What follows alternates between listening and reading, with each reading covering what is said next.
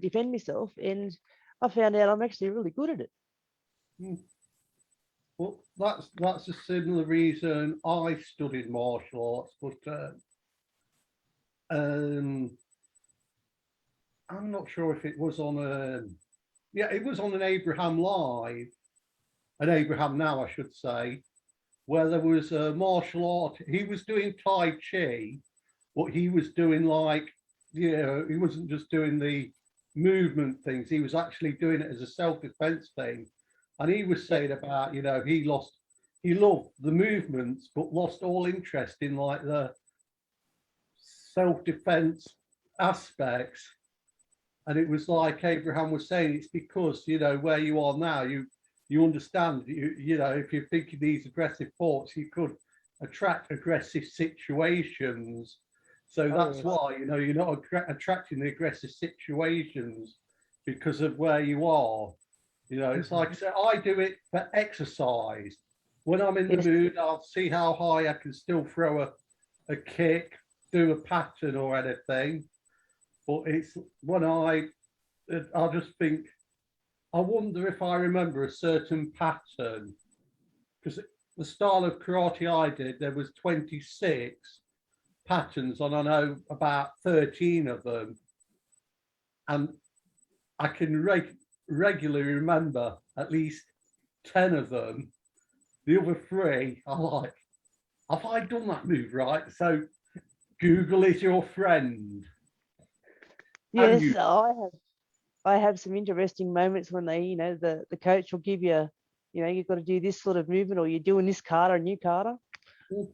And I'll start, and I completely lose where I'm at. Can't remember a thing. It just completely drops out of my head. Yeah. So I have a lot of fun trying to make it up. We have a really good coach here where I live.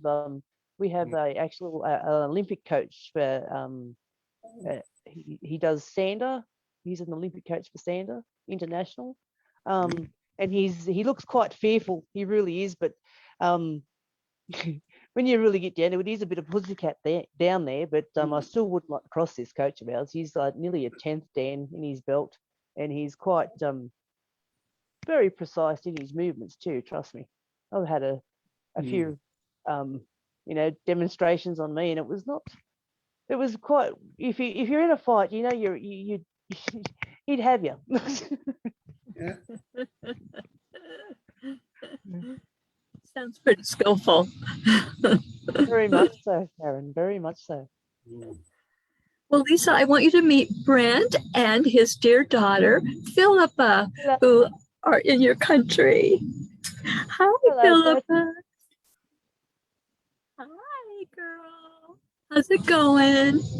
Hi, Philippa. She heard her name. Hear her name. We know our girl, Philippa. She just woke up.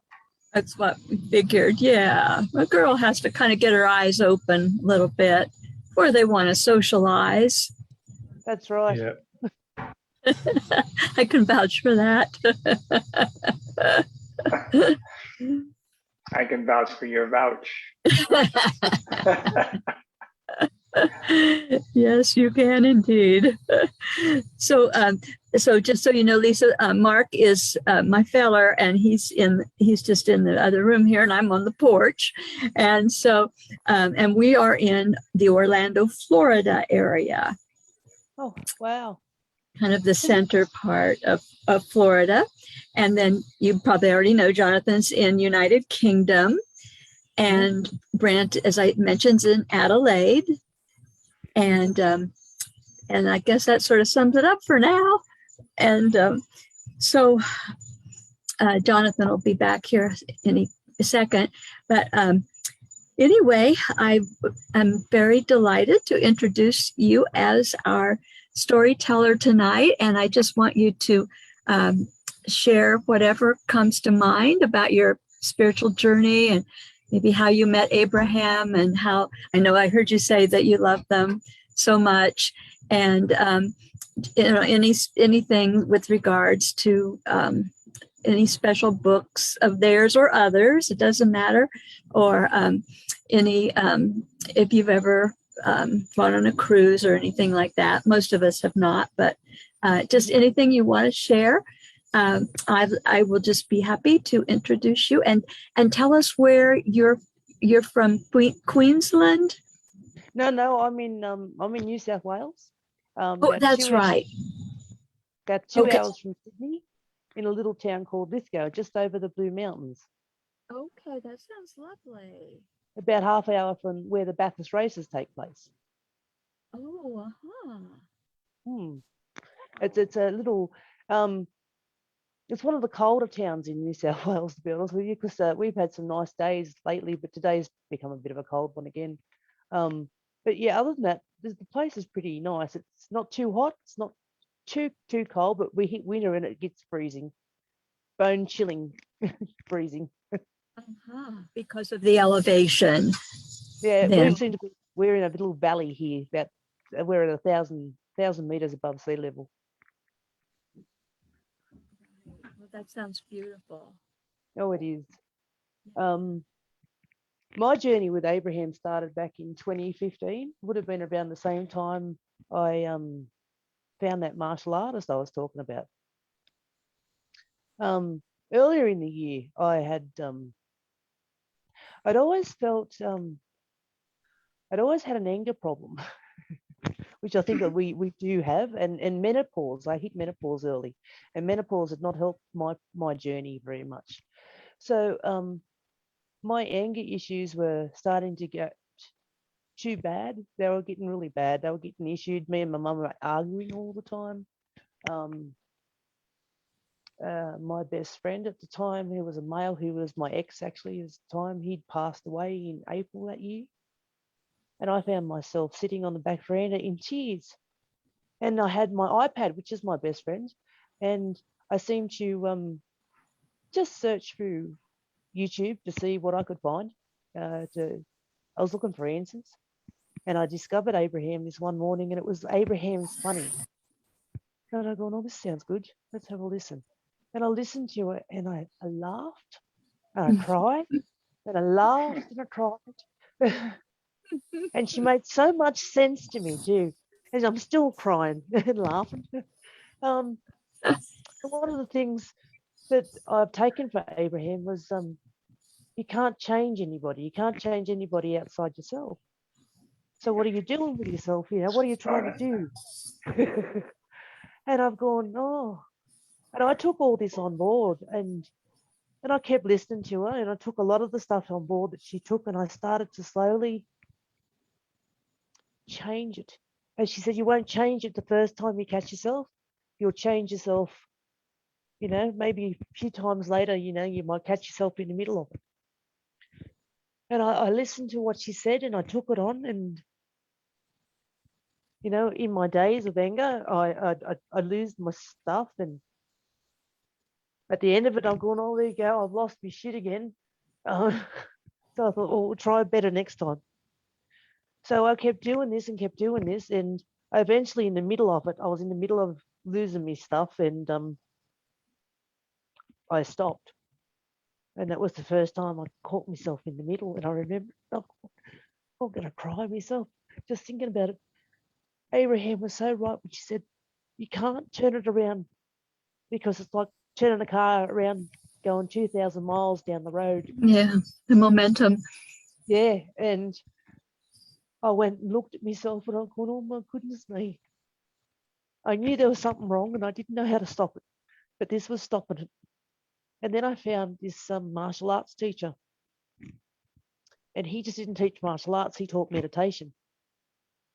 And because I actually rang him up that day when I found his number, and I wanted to do martial arts, and he said, because he was a little bit far away to do the martial arts, he was about another 45 minutes away where he held his martial arts, but he was like 15 minutes away where he lived.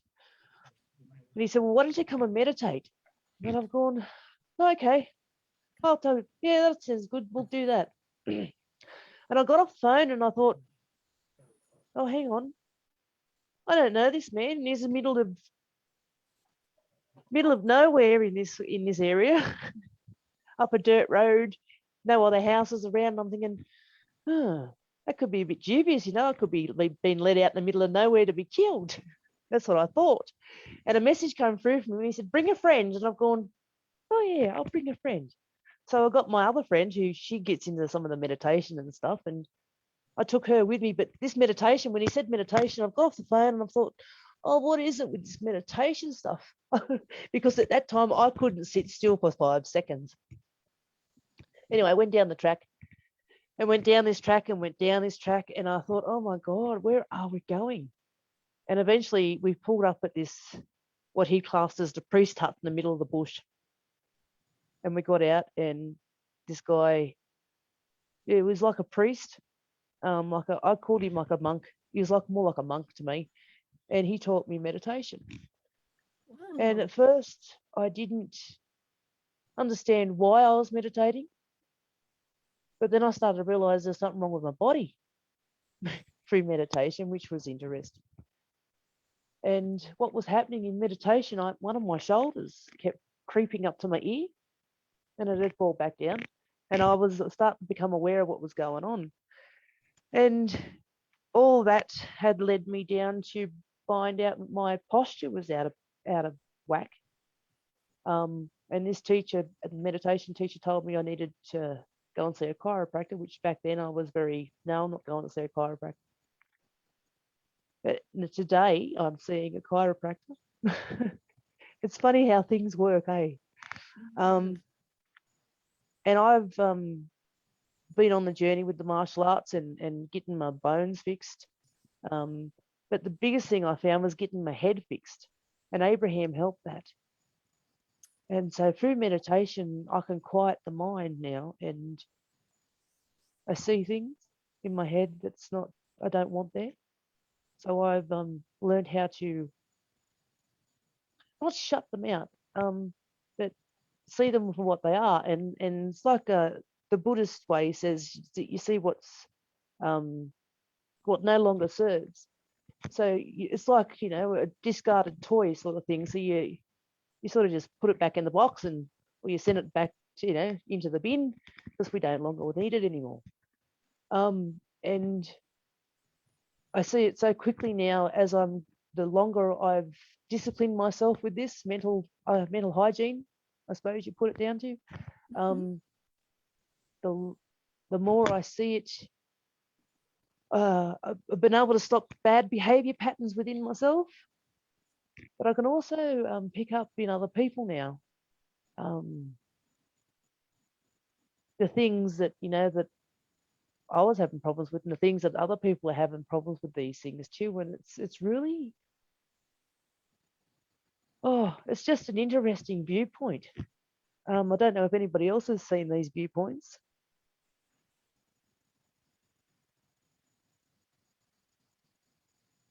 Yeah. Do you mean the Abe perspective, the overall?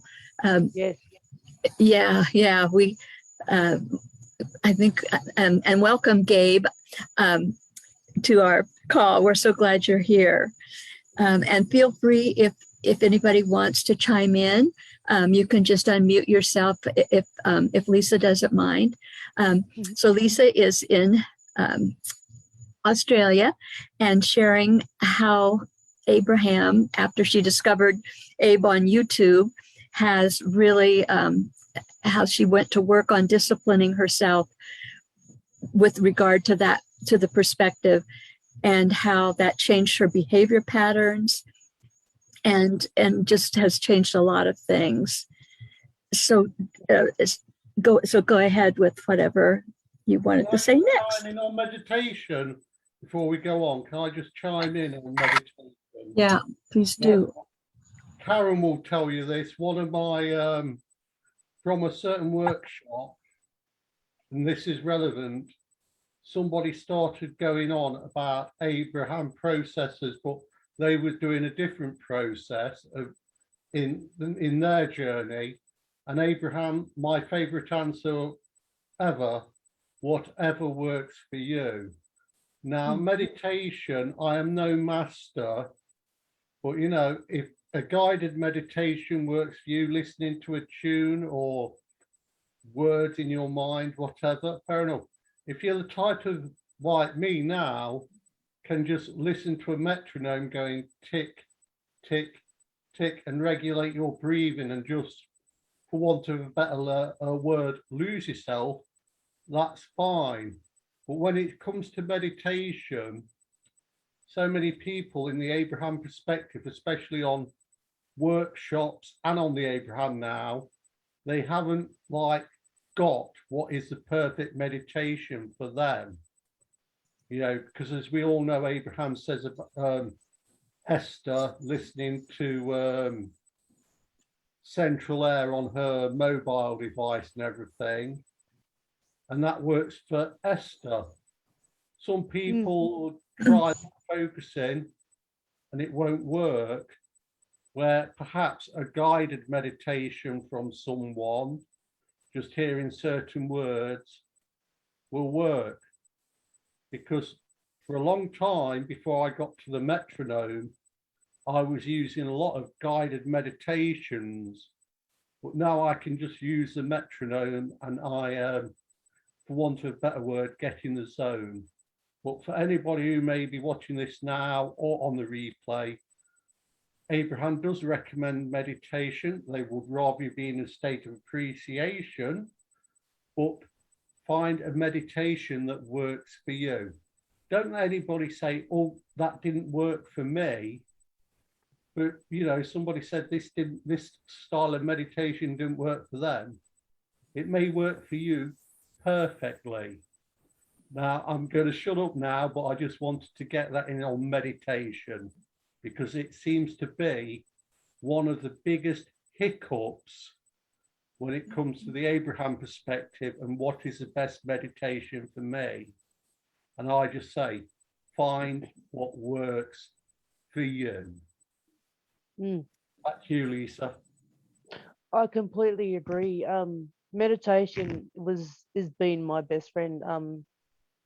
If I didn't have, I sit and I walk myself through a meditation, which I was taught by my ninjutsu teacher at the time. And when I got through understanding that my body was having issues, I actually found I quietened my mind and stilled my body that much that I can actually feel the energy that runs through the body. And that's given me more, what's the word? I don't look for that energy feeling. It just comes, because especially if I'm having a moment in my day where I'm stressed or I'm anxious, I quieten everything down and the energy just flows, and everything that I was going through just dissipates. And I think that has a lot to do with martial arts too, because we have an energy system. We obviously know we have an energy system that runs through the body. And through this energy system, I've been able to quieten myself to the point I can hear Source speak to me. Sometimes it doesn't speak; it flashes. I get flashes. I get images sometimes. And if I want to know something really specific, I've actually heard a voice. And I did have a moment when I was with this ninjutsu teacher. I had I class it as a breakthrough into my higher self, which is a lot of flashes of images, which if your mind wasn't still, you would never be ready for it. And I found my higher name, which was very interesting, which my higher self name is Melrum, spelled Melrum. And I found it's very, it's just fascinates me, because I didn't even know there was anything like that. And I've since, because I haven't been around with that ninjutsu teacher for 4 years now, I've had an angel intuitive lady that I deal with every week. Her name's Sheena, and she's just the best person. I mean, say, with the stuff some of the things that we come from when we've been out in the world and we've been corrupted by the world and we're all toxic and horrible. and some of these teachers like Abraham, and I put Sheena in that category too, because she's just an absolutely beautiful lady. If you want to look her up, her name is Sheena Gay Rogash. She's with Angel Essen House in Hampton, New South Wales. She's an absolutely gorgeous teacher. And the patience, she does have the patience of a monk too. Especially to have dealt with me with some of the stuff that I've gone through. I haven't been the best sometimes, but I'm not the worst either. You know, I do pull myself up if I get a bit out there. Didn't used to, but thanks to Abraham, I've yeah, it's just it's a hell from where I was to where I am today. I used to be in hell. That's what I used to say. I was in hell. Not a problem at all, because I just couldn't get myself out of those negative thinking patterns. And meditation, it's like putting yourself in time out like a little kid. Needs to go in time out in the corner for about 10 minutes or something. It's just calm down. And when we start to calm down, and I think as adults, we don't take enough of that time to calm down. Take a moment. I used to do it with text messages. You know, someone would send me a text message and I'd get all flustered and anxious because, you know, I think I'd have to reply straight away. But I got to a point where I didn't. I'd look at the message and I'd go, okay, well, just let me think about that for a minute. Then 10 minutes later, I reply, and my reply would be different to what it was if I had done it instantly. So I do find I take moments in my day if I'm a bit thrusted with anything. What else do I do? Oh, I do music too. I sing, I play guitar, and sometimes I paint. And that's when I find I'm not in a study mode. I've been in a study mode since 2013. I went to university to try and get myself a job, which never succeeded. But I'm just starting to finish the end of all my studies, which this course I'm at the end of is Certificate for Mental Health, because I thought with all the mental stuff that I went through and all the stuff that Abraham, I found with Abraham, I thought this would be horrible not to give this and pass it all on, because a lot of people don't know about Abraham, and there's a lot of people that do. I've actually shared some of Abraham's stuff with my friends, and I had my mother's girlfriend. She gets a bit flustered in life, and I'd share her the Abraham stuff, and she'd say, yeah, when she was here. And then she'd go home and she'd listen to him again, and she'd sit there and say, nah, I don't like this stuff. She's wrong. And the more she listened, the more she sat there and go, no, she's right. Abraham, she says, is 100% right with what she teaches. And I've never been in the hot seat either, and I've never been on a cruise. But I reckon Abraham would be a lovely person to meet. I'd love to get in that hot seat and see what she'd do to me, to be honest with you.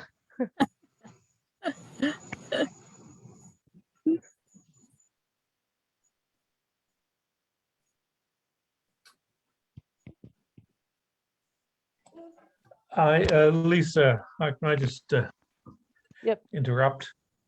I just want to say hi. And Hello.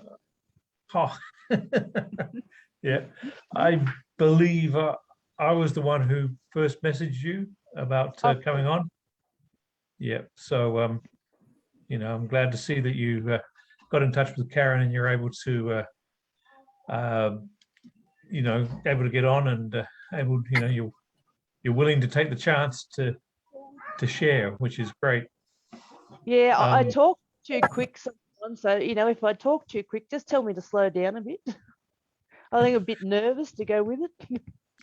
Yeah, look, it's okay for me, but I can see Karen's leaning in and she's sort of trying to catch it, so, you know. Yeah. Us Aussies can understand each other, no problem. But we love your accents. Those are just, we love it, Australian accents around here. And also Jonathan's from England. But yeah, I mean, I do listen just a little bit more carefully than probably a fellow American, just because of, but please don't change anything. Oh, Yeah. So I was just going to say, I thought a number of things you said were really good. I think your phrase or what you're talking about with mental hygiene is very, very important. yes. So much different to mental health. So what was that? I said it's so much different to mental health. It's Yeah, similar, but not the same, because you become I don't know, I take it as something that Jesus said in the Bible when you talk about the parable of the sheep and the shepherd. I'd actually take that into the mind and put the shepherd in the mind that watches the sheep. And the sheep are the thoughts. So if the sheep go wandering off, they're the black sheep that we need to find and bring them back in and calm them down, get them back to white, wash them off, so to speak. Good analogy. Interruption for a second. Isn't it wonderful when you do know the Bible and you see something that you think, not necessarily Abraham alone, but you look at it and you think, that is so law of attraction related, I'm not going to go into passages asking if it's given and all that, but there is so much more. If you know the Bible, you will read things and you'll think, goodness, that is so law of attraction related. Yes. Very much so. I love it. Yeah, and I think that was good. That seemed like Jonathan was about to say law of retraction, which is a good term for bringing those thoughts back in. Oh, very much so. And it's a bit like mental hygiene. It's a bit like personal hygiene. You wash your hands after you go to the restroom or something like that, or you clean your dishes and you do all that. Of course, it's same with your mental hygiene, or you make sure everything's taken care of. Otherwise, there'll be problems. Well, exactly, because there's that there's a little thing that says that I can't help anybody unless I'm right myself, which is so true, because if you're not washing your own mind and washing your own thoughts on a regular basis, you can't help other people see where they need to wash theirs. And it's so, in the way the world is today, I think it's so important that we have more teachers on mental hygiene. Yes. May I interrupt for a second on this? Mental hygiene, love this term. Admittedly, love this term, but it is not our job to tell people how they should apply this to their own thoughts. And this is me personally, everybody's entitled to their opinion. But in my journey now, I'm at that point of let everybody believe what they want to believe and everything. If somebody asks me my belief sets, I will go into law of attraction, Abraham Hicks. And if they say that's gump, you're entitled to what you want to believe. It's not my job to bring people to this way of thinking. But if somebody is genuinely interested and they ask me, I will you want to know more? Just ask. Because you know for a fact, and this was me at the beginning of my journey, you want to tell everybody about law of attraction and all other things, and for a fact you're going to get people who just say you're a weirdo. And as Abraham says, let people do their own journey. I completely agree.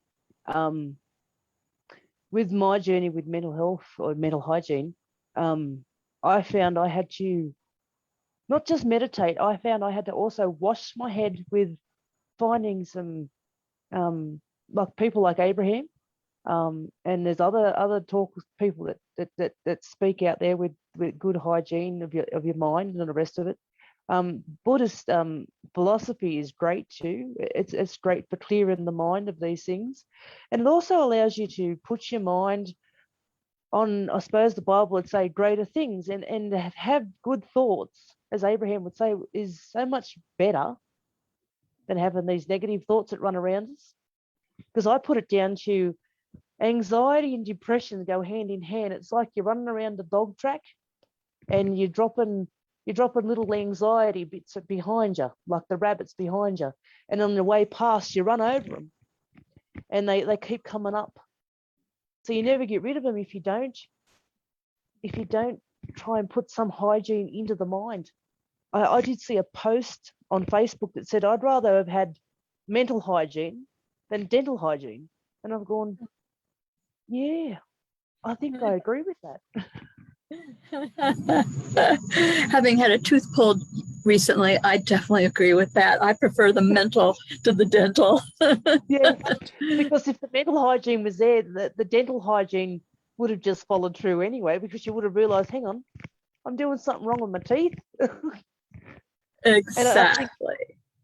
If we could pick up the thoughts, and this goes hand in hand too with I've suffered with since I came into all this meditation and all this mental hygiene, I've found I had stomach problems.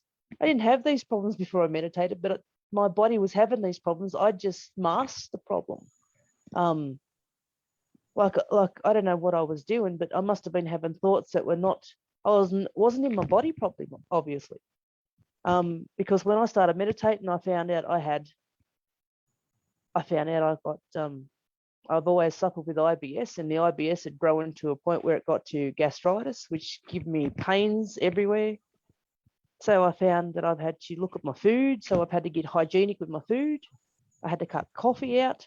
I had to chop a lot of stuff out of my diet, and my body's functioning better. Obviously now, because I'm with a chiropractor too, getting the bones in alignment. All these thoughts, all these negative thoughts that were been running around my head since I was a kid had damaged my body, embedded in places emotionally.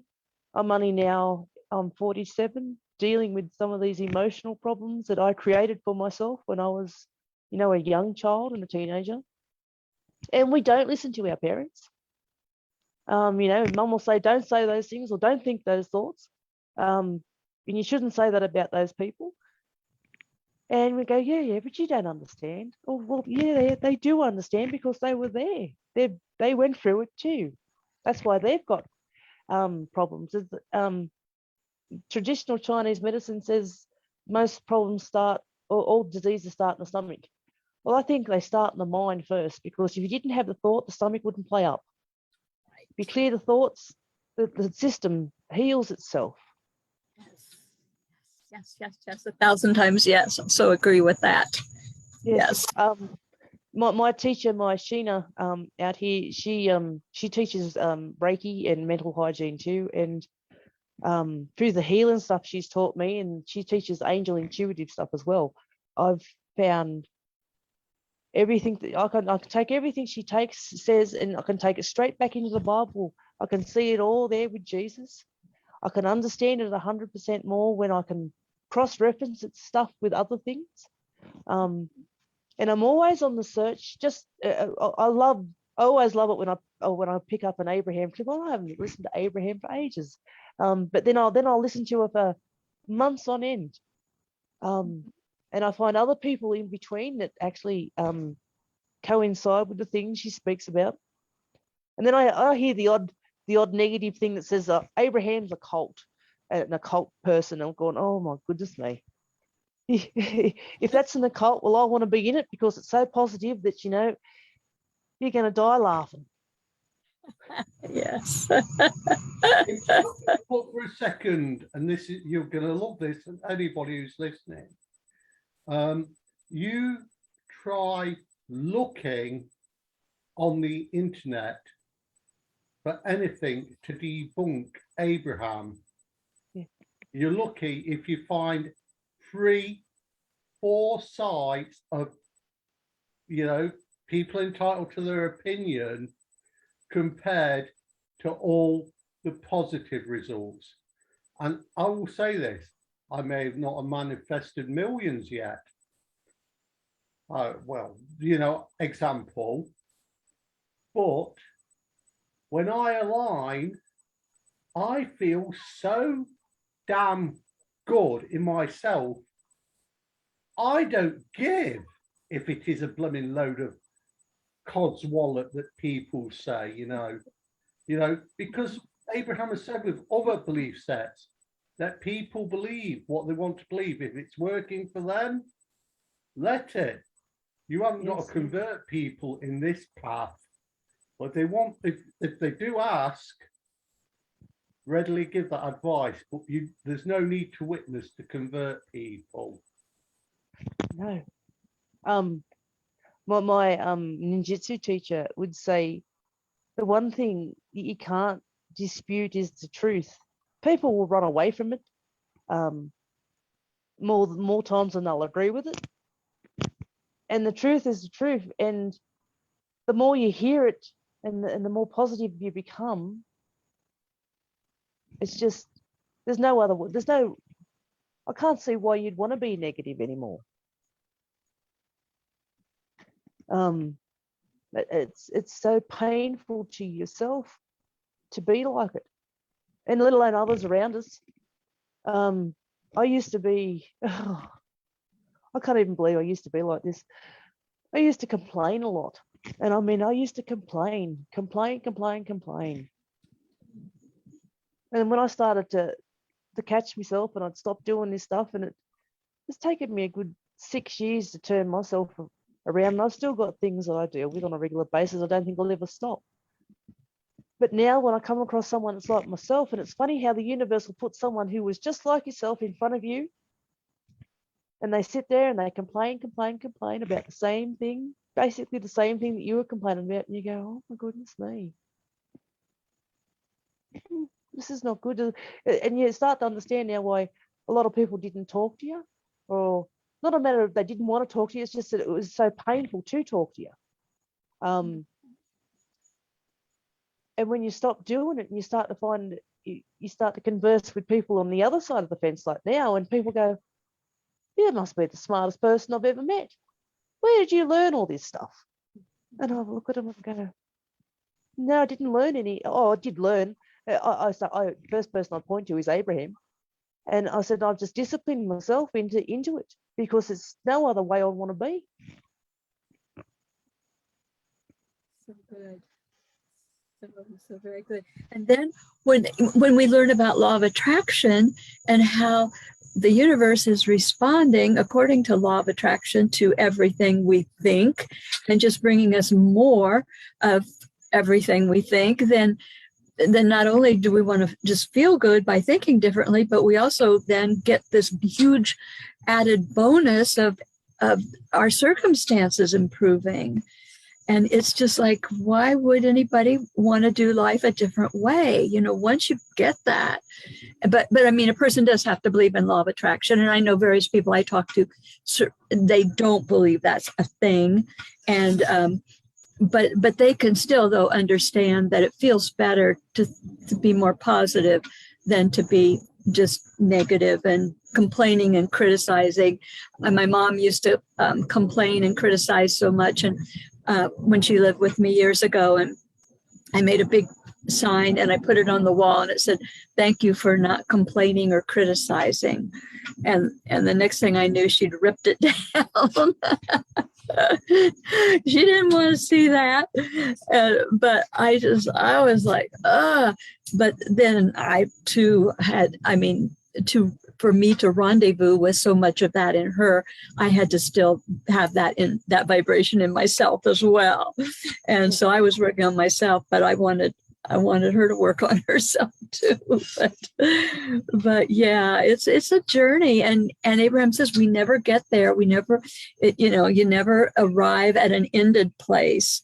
We'll always be having new desires, including about ourselves and being more of what we want to be. We'll always have those desires, but it is a journey, and we get better in one area, and then we'll work on another area, and then another area, and it is an ongoing process. A fellow that I coach a little bit, who lives in out in Seattle, Washington, he says, I bet you never have bad days. I bet, he says, you've been in this so many years, you don't, because it's been over 20 years. And he says, I bet you just don't. He goes, he says, I couldn't even explain to you what it's like to have a bad day. And I'm like, oh no, I know all about that. But the thing of it is, you know, you little by little by little, you have you have fewer and fewer and fewer really bad days. I mean, it doesn't mean you'll ever necessarily stop having them, but they will come more farther apart, and they will be less intense. This has been my experience over 20 years. Well, that's been my experience over the last 7 years, actually, too. And I find myself, if I'm angry, if that feeling of anger comes up, I look at myself and I look and I go, why am I angry? What's going on? What's going on with us? What's wrong? You know, so I'll go through the process of looking at every part of, you know, has something bothered me? Have I been triggered?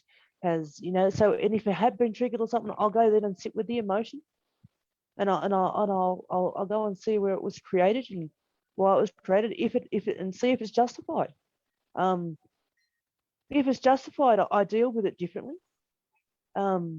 Because, you know, we all have people that are having their own problems through the day too. And, you know, somebody might have gone and snapped at me, or maybe there was too many people around me and I've gone, no, I can't do this, and I've run out of a shop or something. And if it's justified, I will, if it's justified for what I've done, I'll look at myself and then I'll go back into the situation and I'll clear it up. Do you know what I mean? I'll walk through it differently. And if it's somebody else that's triggered me, I do what my angel teacher teaches me, and I send that person peace and love, instead of thinking, oh, I'll get nasty with them next time I see him. But no, I try to have a conversation with people instead of getting rude anymore. I didn't like that side of myself, because I actually know when it comes up, because my adrenaline goes off its head. And as Sheena, the angel teacher, tells me, that's our adrenaline with our emotions. We don't give enough credit to know these are addictions, just in that addiction. And the adrenaline rush, because it does become addictive. It just becomes habitual. It does. This is getting to be such a cooperative conversation, and I know I keep interrupting, but it's because I get certain things coming in that people who are watching may benefit from, and this is it. When I get triggered, I'm at this point of, you know, the person didn't trigger me. I allowed myself to get triggered. And that's the thing. A lot of people, you know, wherever they are in their journey, are still at a point of blaming outside influences for how they are feeling. That person triggered me. No, they didn't trigger you. You allowed yourself to get triggered. Now, this doesn't mean becoming desensitized, you know, but just recognizing that when somebody says something, it's you who chooses how you respond to it. They didn't put something there for your response. You chose how you responded to it. Somebody says something that you is offensive, you chose to be offended. This realm is all about choices. Interrupting, but this, you know, I've got so much going through this upper aligned state that I feel people who are watching may benefit from. So apologies for interrupting, but you know, that's it. I will shut up now. Let's continue. No, I appreciate the interruptions because it allows me to take a moment take a breath.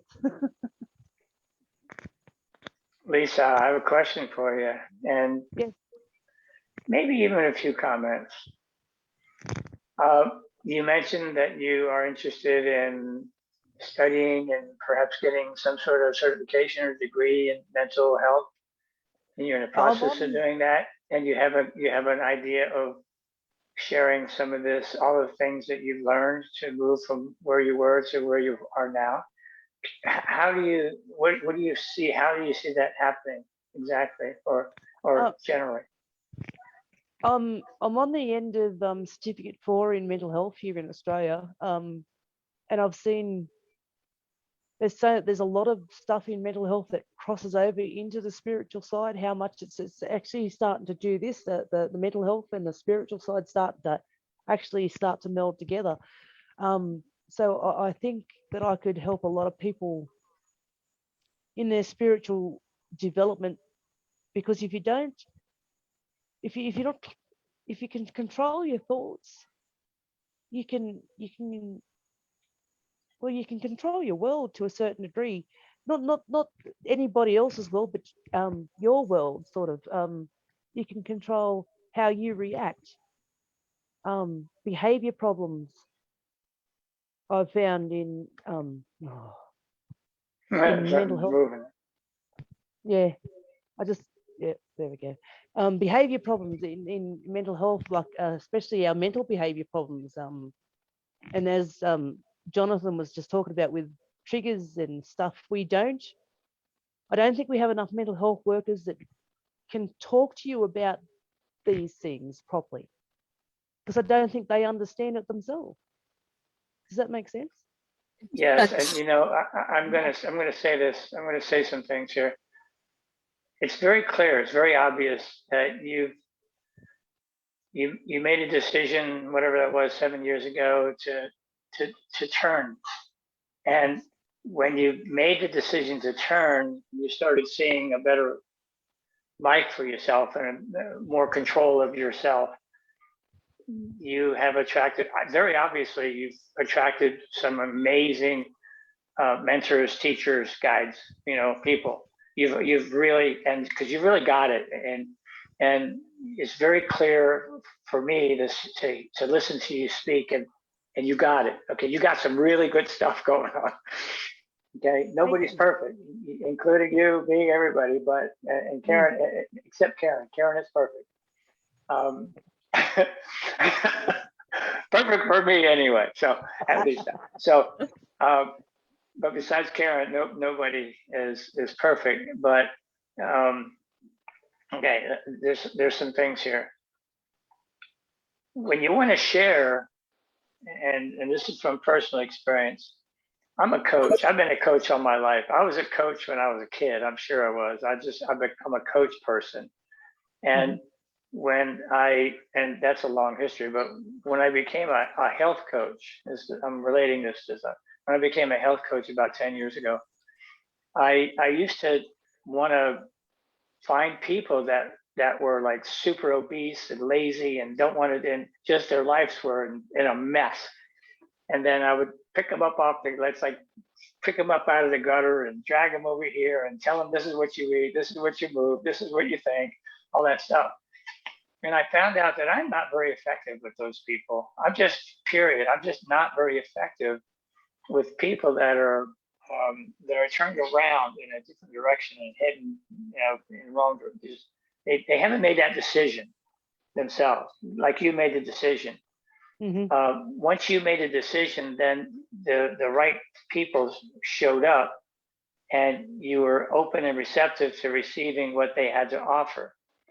Yes. Now, and I'm going to guess, because I can tell from your conversation, they're really good at what they do.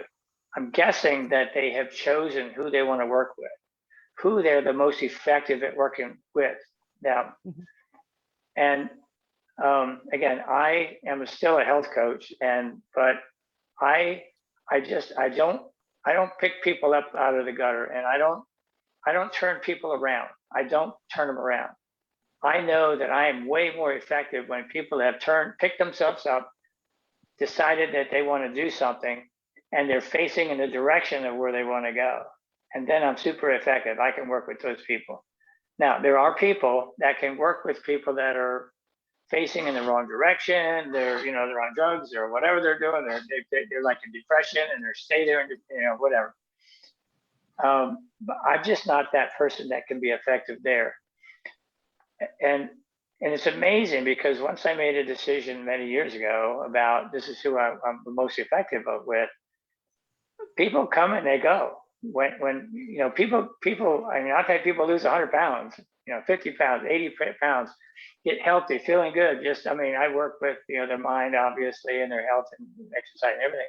But then they drift away and go, and life gets in the way and they drift away. And trust me, I don't go chasing them. I just don't. Everybody knows I'm here. And it's amazing that when people come to me, most of the people that come to me that have, like, for example, lost contact for a couple of years, and then when they come back, they've said that they're 50 pounds heavier than they were before, and they're not doing a lot of things that they used to do that made them feel good. But in the last 1 month, they've dropped 17 pounds or 50, whatever. They've lost some weight. They've already done that. And so I put out to the world, the universe, all it is, source. These are the people that I want to help. And I like ease. I like easy. I like really easy. I do everything with ease. So that's a choice that I made. So I'm very clear with my conversations about this subject with source, all it is, my inner being, whatever, and the law of attraction, however all that works. These are the kind of people I want to work with. And that's what I get. So it's just a suggestion to throw out to you because you're really smart, you're very wise, you're very aware, and you're very attuned and aware of a lot of things. So I figured you would get this now. And if you're going to start something where you're going to help people, if you can make a decision of who you want to work with, in your case, because you've been to some places that you want to bring those people from there to somewhere, you very well would be asking for people that need help turning around, even help make the decision that they even want to make a change. But as you're playing around with this, I would suggest that you make that awareness of that, and don't get frustrated with if you got the wrong people that you're working with. It's not you, it's not them, and it's like Jonathan says, it's actually the result of, you can't force people to do anything, but you can definitely influence people. You can have an influence on people, and if you ask the universe, I want people that wherever, maybe similar to what you are, because you mentioned that already, where you run into people that are criticizing like you used to criticize, and you recognize that, and then you could probably have a very strong impact on them because they're in your life for some reason, and you can quickly and easily show them how much better you feel, and lead them with the carrot of how you feel. And without, I feel like I'm silly saying this, but I just want to say it anyway, that you don't try to make people say, don't tell people, don't do this anymore because whatever, and you're ruining yourself and all that. You just say, I used to do that, but now I'm like this. And I'm verbalizing those words for extra clarity and reminder, but I hear that in you anyway. You've already kind of, the way you express your stories, you've already got that. And so I'm very, very impressed. I'm excited about the fact that you're wanting to help people and in a range, and that to get to, because you feel so good about your journey and the successes that you've had. It's awesome. Thank you very much. I've been thinking a lot the same thing. So you've just given me a bit of clarification, actually, Mark, because I was, with everything that's happened in the world with our pandemic and that, because I work is weird over here in Australia. So I was actually thinking before it all started, but who do I want? What sort of people do I want to work with? And I thought about it, and as much as I'd love to jump into mental health, if I could get a paid job there, I would. But as somebody said to me, a very smart person said to me, but the people that are on disability, a lot of these people they're there because they want to be. They don't want help. They don't want to get out. And then you might find 1 in 100 maybe, or maybe 5 in 100 that are looking for someone like me to get out. So would I benefit people in the actual physical world where I live, which is a very small town, or would I benefit a lot of people online who actually are looking for someone to jump in to just help me turn it around, Lisa? What did you do? How did you do it? And just give them, just give them the examples and some really good mental advice that I've actually come across, which has helped me. Like, I do point people in the direction of Abraham, but as we know, Abraham, she can't be everywhere. So she needs the odd person out there that can say, look, I can give you a hand, I can help you out. Because why would you do this for yourself and not offer it to other people? I think it's like a gold spoon she's offered everybody, to be honest with you. Yes, I agree. Yeah.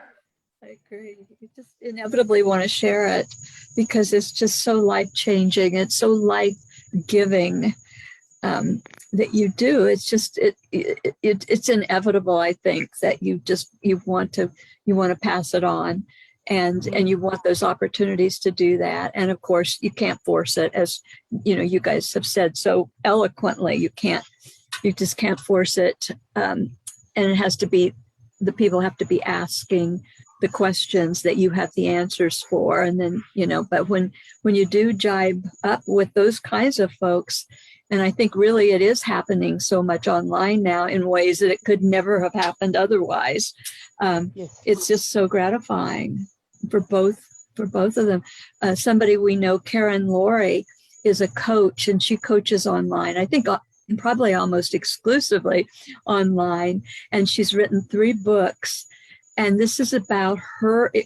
These books are about her experience, and she's also a coach she coaches. I already said that, but she in these books she tells how where she was when just down in the very depths of the dregs of experience, with so many ailments, and then how she found a book of Ask and It Is Given, Abraham Fun, on the bookcase in her lowest moment. And she didn't remember ever, she remembered thinking she'd like to read it, she'd heard of it, but she didn't remember ever getting it. But somehow it was on her bookcase, and she got that book, and she started doing exercises, just writing out what she appreciated, hours. She'd write for hours. She was so sick, and she had nobody really to take care of her, as I recall. And she was going through a painful divorce, and she just kept writing and writing and focusing. And then little by little, she got a little better. And little by little, she got a little better, more better. And little by little, she just continued on until now. She's just radiates love and health. It's hard. And Jonathan is also a big fan of hers. Was on here a couple of weeks ago speaking, sharing with us. And it's just phenomenal. And it's just all comes from what she experienced, that, with it being so desperately not only unhappy but ill, which those two go hand in hand, of course, and then finding her way out of it. And now she just wants to shout it from the rooftop, and she's found a way to do that because, in writing her books and coaching. So yeah, I'm glad you mentioned our good friend Karen, because meditation earlier today, without even asking, I ended up with a full body muscle. My tongue is tripping over. I ended up with a full internal body massage without even asking. In meditation, I just felt it, and it was like, you know, if you get, I have had body massages physically that make you want to just go, oh, and that's how I was in meditation earlier. Lisa, like Karen Money Williams here has put Karen Laurie forward. Check out Chronic Pleasure. You've got your 22 processors in Ask and It Is Given. In Chronic Pleasure, there are a lot more processors that you may try and think, these work for me. And yes, I do use Karen's processors. It's Karen, K-A-R-E-N, and then last name is L-O-R-R-E, Laurie. You can friend her, and her books are just incredible. If you friend her on Facebook and follow her a little bit, you'll see. She is an actress, actually. She's actress. And her ex-husband is super famous for creating shows and things. So she's quite the character. Somebody to get to know, because she's talking about like angelic, like your friend there that's there in Australia. That's kind of like that. And your healing, you mentioned some pain you used to be in, and your body was not functioning very well, and you had some things happening. Is that all gone, and how did that happen? Well, when I first started meditating, the shoulder, I had this shoulder problem that kept coming up. I didn't understand what was going on. That's been a journey. I'm still on a journey with this shoulder.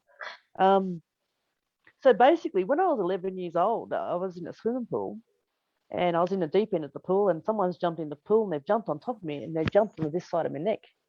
Didn't take much notice of it as a kid. I was a bit frightened when it happened. Come up to the surface, I was all right. Later on, when I was a teenager, I've hurt my back. I was working on the farms. Then I've hurt this arm again as I've got older, in my 20s. And then when I come across the meditation teacher, he realized that my body posture was out. And he said something about being mindful of my body posture and all the rest of it.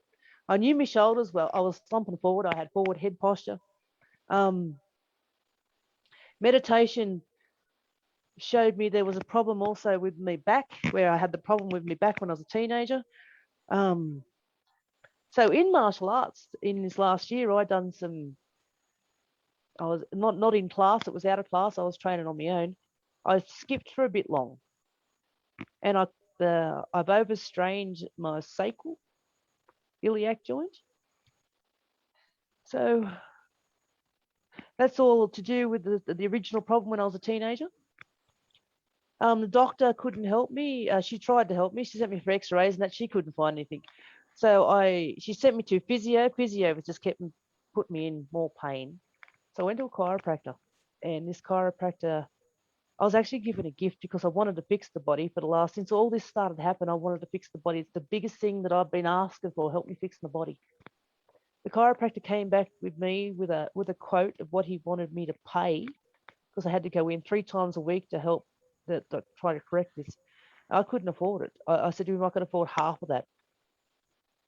A week later, when I went back for my first adjustment, he said, we're not going to do that plan that we worked on last week. We're going to do the original plan. He said, and I'm paying for half of it.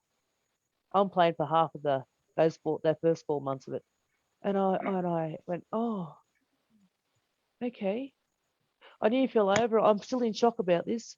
So anyway, I've just gone through my first month of 3 days a week with the chiropractor. My shoulder's better. I don't have problems with my shoulder. My back settled down.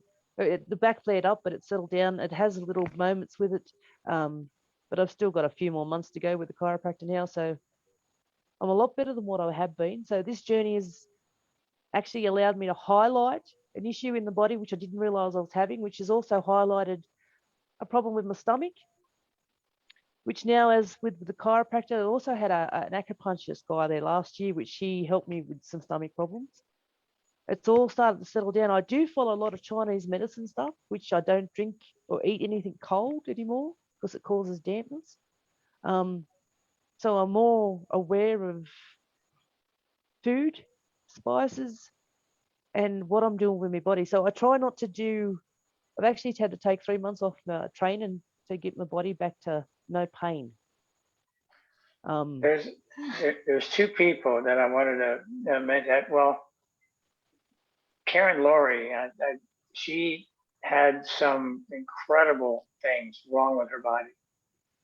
I mean, serious things wrong. Karen can mention a few of those, but it was she couldn't stay awake. I mean, she had pain. She had so many things wrong with her, and then with this studying Abraham and other things like it, whatever, all that stuff is gone.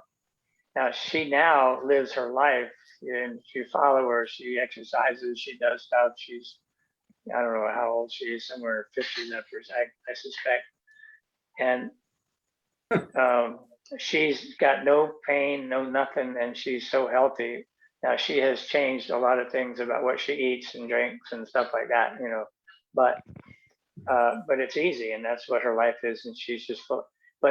And then there's Selena Patel Penner. Her story that she shared on our Zoom a couple of times. Selena Patel Penner. A brief summary of her story is she was in I guess she had just gotten divorced, but she was in pain. She couldn't go to the mailbox, or barely. She could barely get downstairs, I guess, to walk out to the mailbox. Mm-hmm. And pretty much dead fast. Yeah, she was in bed for what, years, I guess? Mostly in bed for years.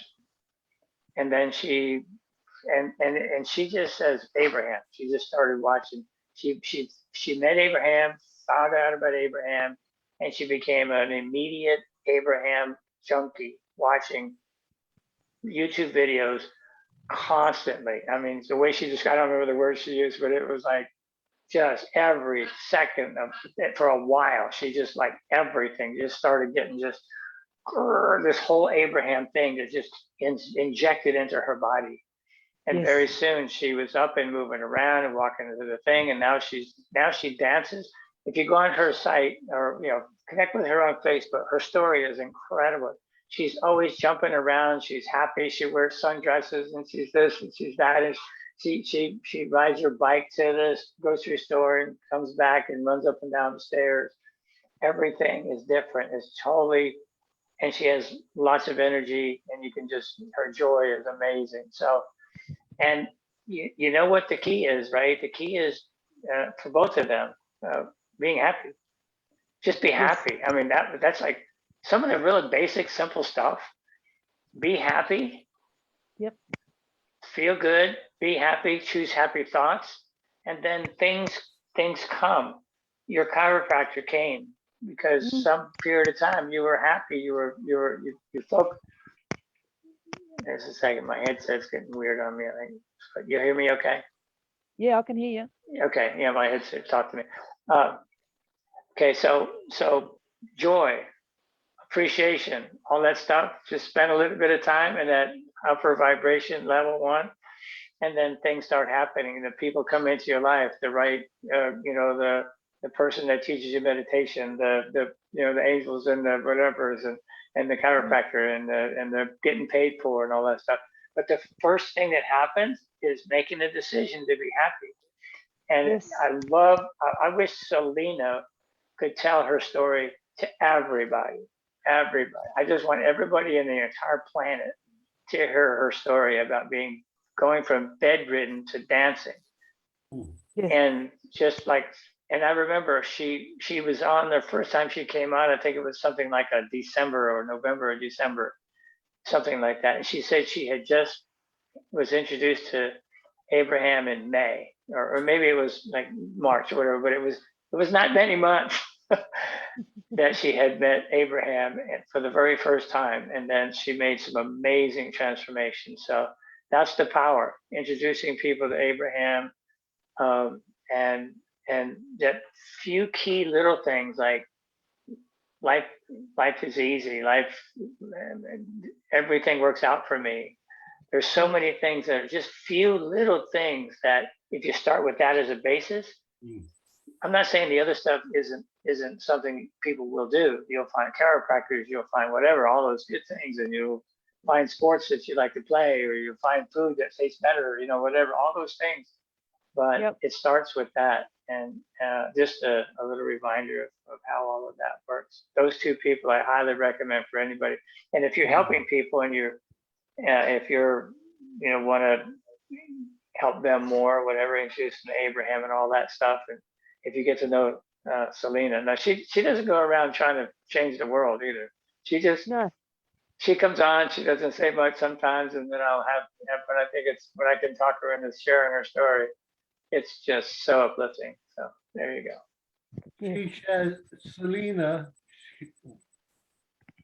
shares her energy, and you feel that energy.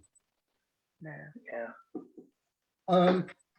Before I shut up again, Abraham. Yeah, laugh all you want, Lisa.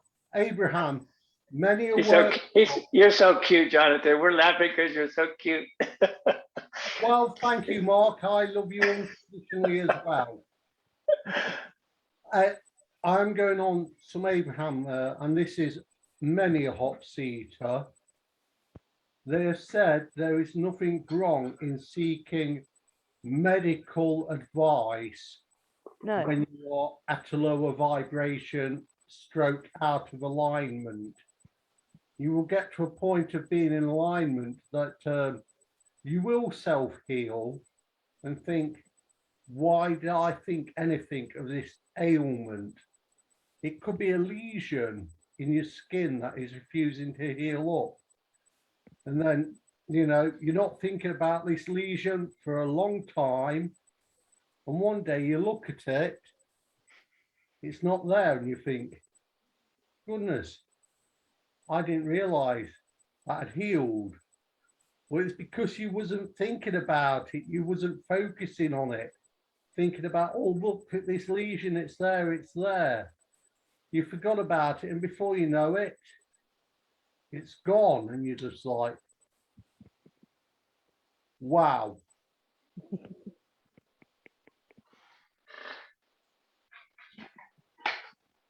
That's it completely. Oh, and Mark, I know I'm cute. Tell me something I don't know.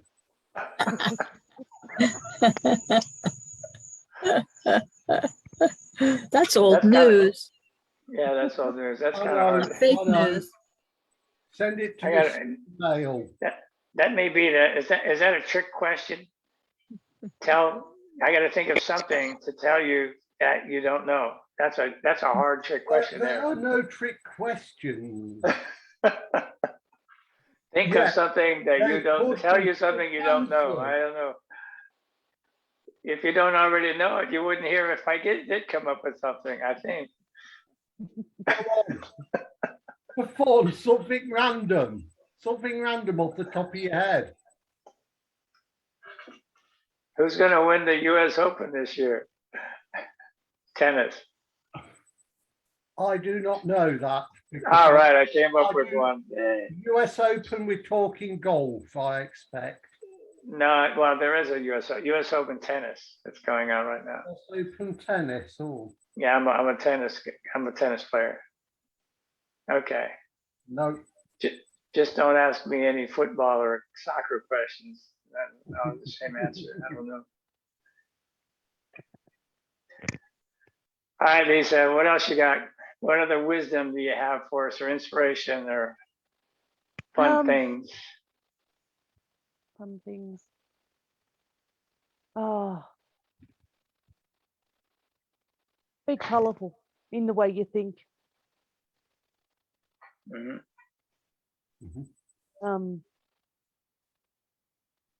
Because there's See, always a time in the day you can find laughter. There's always humour somewhere. You know, like someone says it's 5 o'clock somewhere for a cocktail. Well, you know, I think there's an Abraham o'clock all the time. good. Thank you. Yes. That's so good. Lisa, Hi, Sue Sue. just joined us, and I wanted you to meet Sue, who is here in America, and this is Lisa in Australia. And we're having a good chat about you know who, our old friend Abraham. They're very, very old. Or else very young. Right, sort of both. Into both. Eternally young and old.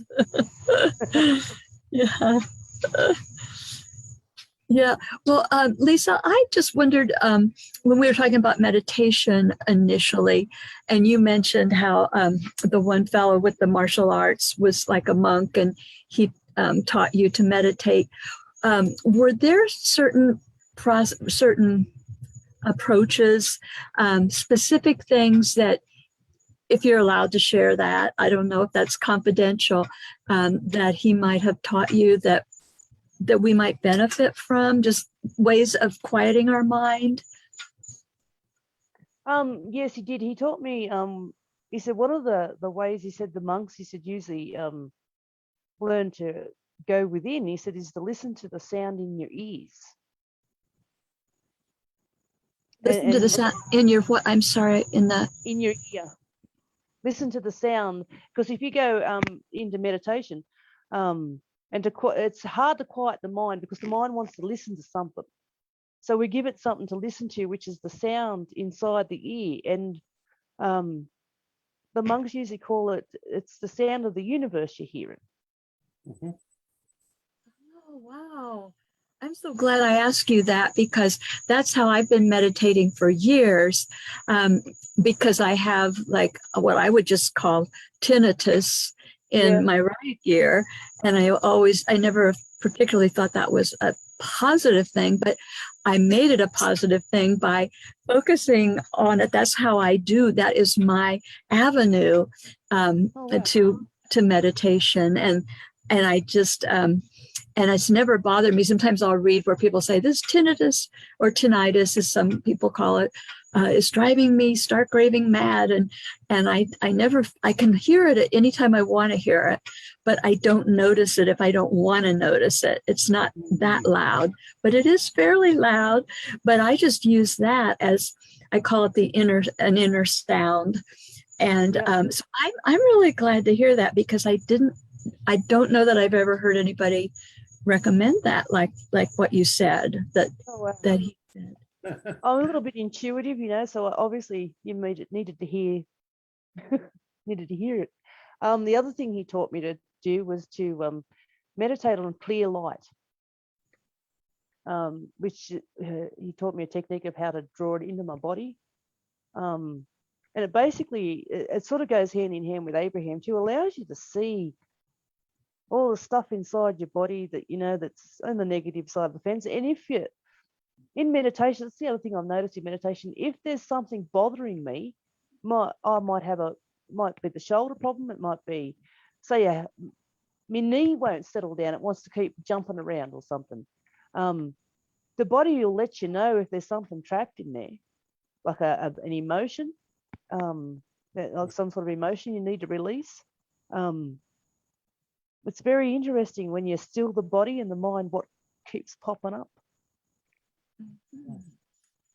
Yeah, it's amazing to when you become really quiet and really relaxed, which often we don't, our lives don't necessarily aren't so conducive to that, to being either quiet or relaxed. We're either awake like that or we're asleep, you know. So, but when you practice entering that kind of in between very nice state of being relaxed and being calm and being very, very quiet, then you're just you are opening yourself up to the good. I mean, I like to think of it in Abraham's terms, in that our well-being is always flowing to us, always, always, always. Then I feel very receptive when I'm very still and quiet and relaxed. I feel like I'm really letting that well-being in. I'm letting it flow throughout my body. And like was said earlier, you can feel that energy. Like you said, you can actually feel that well-being flow sometimes, or you can feel it massage you. Yeah, I can also feel it get more intense. The energy can get more intense if you smile in the middle of meditation. The energy can bubble up with you.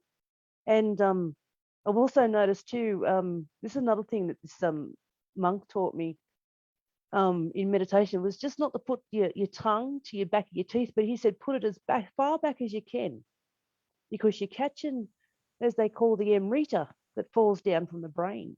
And if you swallow at the same time, it'll get a burst of energy from that too. Chi breathing. That's it. That's it. Jonathan, say that again, please. Chi breathing. Chi breathing. Chi breathing. C-H-I. Right. Karen, had you heard that before? I have not heard that. I definitely heard putting your tongue to the back of your teeth. I've heard that can kind of be helpful, but no, I'd never heard chi breathing. I never heard of that. That's good to know. Yeah. On the in-breath, the tongue to your back of your teeth.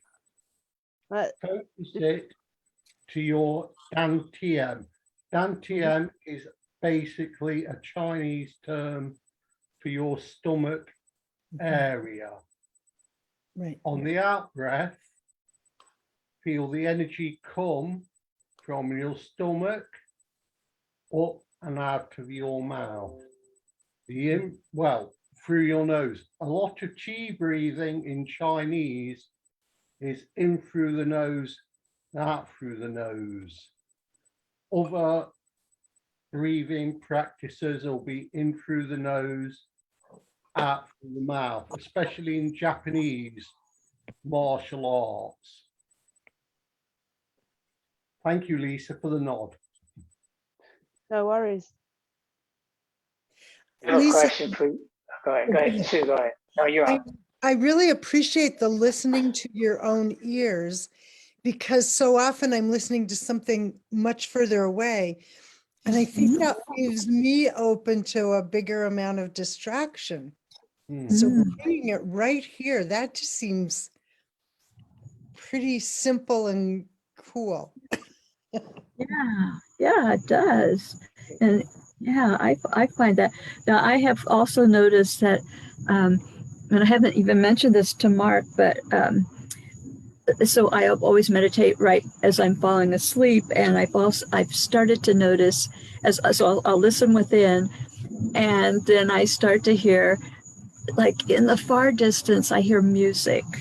And it's not literal music, because we don't have that much going on in this quiet neighborhood, but I will hear, it's very pretty, and it just sounds really, really far away. And I want to strain to hear it more closely in a way, but if I try to listen to it, then it recedes. But if I just relax and just veg out and just still kind of keep focused on, that sound in my ear, then this delightful music just plays, and I'm like, well, that's fine and dandy by me. And sometimes it's sort of jazzy, sometimes it's kind of I don't know what, it's just Southern music. I love country music. It's never that. It's so, I hope that they get with it and play me some country if they're going to play me music. But anyway. I know what you're saying, Karen. I've experienced the music too, and it's beautiful. It's beautiful. Yes, so you have experienced that. So what style would you say? Sometimes I kind of hear classical music. Do you hear a particular style?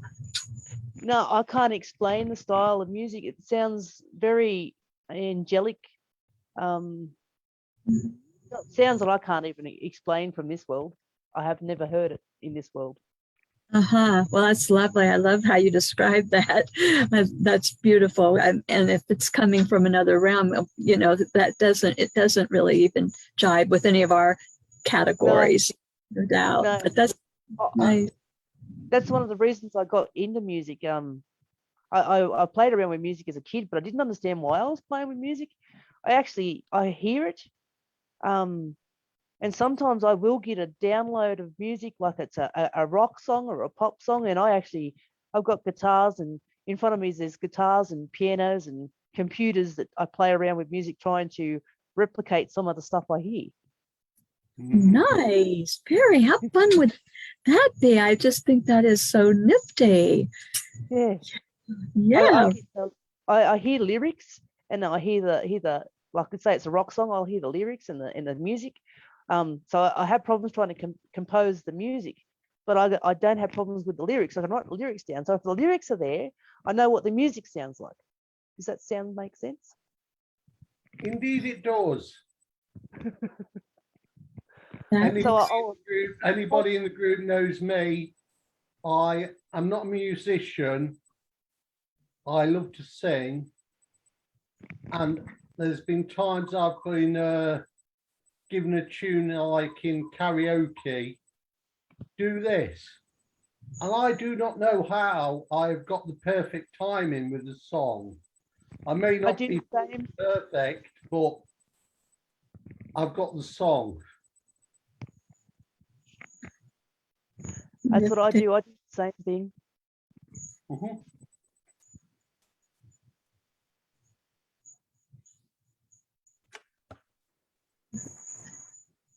Has anybody experienced what? I'll just tell you what I do every night that I go to sleep, or even if I take a nap, whatever. Anytime I'm going to sleep, I improve something, and it's always sports, because that's what I do. When I used to bowl, I would practice my bowling as I'm falling asleep. It's a meditation. It really is a meditation. It's my kind of favorite kind of meditation. Probably my only really meditation that I do. Not only, but I do. Every night I go to sleep because it makes me feel good, and I sleep really well. I can go to sleep in no time, but I get in a really good feeling place. And when I was bowling, I would just throw strikes after strikes after strikes, and I would see that, and I would see it, and I would feel the strikes go down. And that I know helped me become a very good bowler. My average is like 210, 212 average. So, I mean, I could throw way more strikes than not strikes. So, and that I actually worked and improved my game that way. And now I've been into tennis now for the last 9 years. So now every time I go to sleep, I'm serving or hitting, whatever. I'm playing tennis every time I go to sleep, and it's a meditative type state, and it brings me a lot of joy, and I actually am doing it on purpose because I know that it actually is improving my serving and my in tennis. I make major strides in sports, and that's a big part of how I do it. So bringing something into meditation that is to work on. I've heard a lot of people say that's maybe not advisable, or it's challenging, or whatever it is, because, and I'm not saying that it's probably because people try to bring problems into meditation, and that just doesn't feel like you're in a really high vibration that is going to be, effective, or could do, getting what you want. So working on problems, bringing a problem into meditation has got to be very challenging. But for me, bringing improvement on my game and just seeing myself hit ace after ace or strike after strike in bowling or tennis it does work in a good way. I am not going back into workshops for the past 5 years. But you know me, Mark. But I do believe Abraham has said in meditation, if you get like a thought that feels good to you, milk it. Yeah. I do have something for you too, martial artist experts. Something I've decided when I practice or play, actually, when I play tennis and I'm serving, I've decided on my serve, as I'm serving, I'm actually letting out a grunt. I've never done that before. It's just something I decided. And I think I got the idea from just hearing and watching martial artists where they go, you let out a noise, actual noise, right? Yep. When and it somehow changes the energy of the power or increases something or whatever. But when I serve, I actually let out a grunt now. And for some reason, I mean, I'm doing it on purpose, but it still really works. I've served so much better. It allows me to really stay loose with my arm and have a lot more racket speed.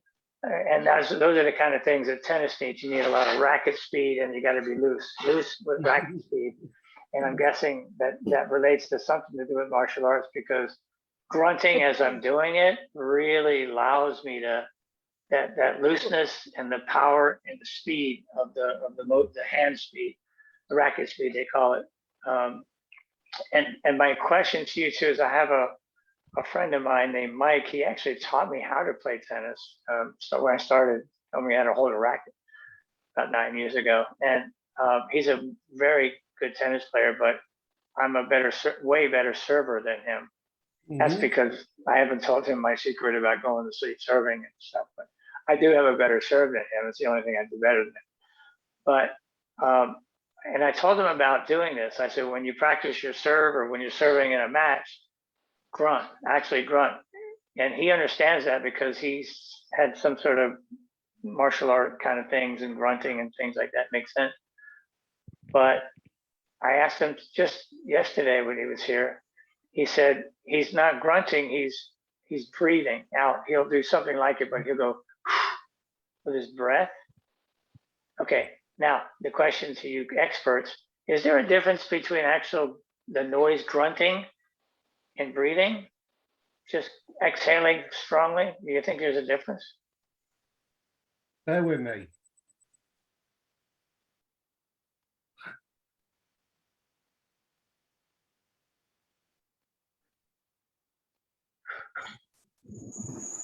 Not really. It's just a case of the purpose of the move. Is a breathe or a grunt, or even in martial arts circles, what we call a ki, hands over your ears, please. And I do mean that seriously. It's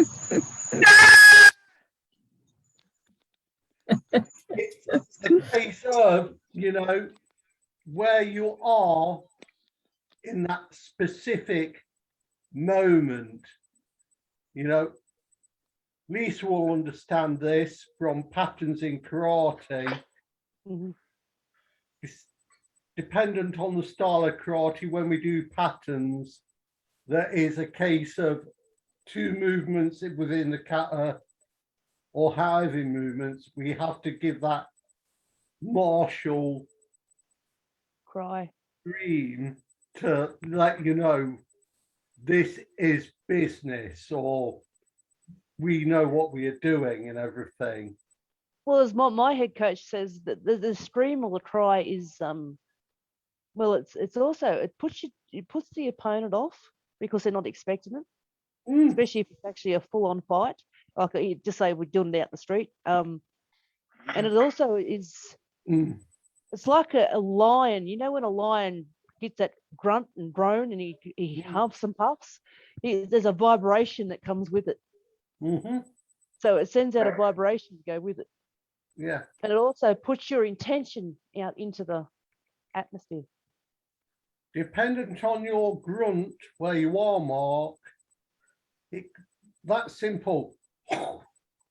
could be your intention. Mention. Mm. The opponent may not expect the ball going where it goes. I'm not Yeah, into and it, though, but I'm going from a martial artist perspective. I think that's the loudest anybody has ever heard me cry out on these Zoom chats. yeah, well, I don't yell loud like the other guy could hear me, but I did ask Mike if he heard me when we played a match. What was it, yesterday? And he said he could hear me a little bit, but it's not like a really, really loud scream. It's a, it's like it's definitely an exhaling of breath, but it's a exertion thing, and for some reason it really works for all the things, and it makes sure that I'm really. I mean, that's what you want to do when serving is having a lot of things, and I'm just wondering maybe some of that could be used in other things in life. I guess I'm a sports guy, so I use stuff for sports. But go ahead. I just tried it with a golf swing without a club in my hand. And, you know, golfers are kind of quiet when they're doing things. So I don't know if you like me, but it feels to me like you're coiling, you're coiling this energy, and it all needs to release. So it makes really good sense that you would make a sound. What, are you okay, Jonathan? Should we send medics? Thank you, Sue. I'm just imagining that you're playing. You're at the first tee with your friend, and they just bring up and tee off. And ha! Whatever club you choose to tee off with, you just bring it up, and then you just die. And then,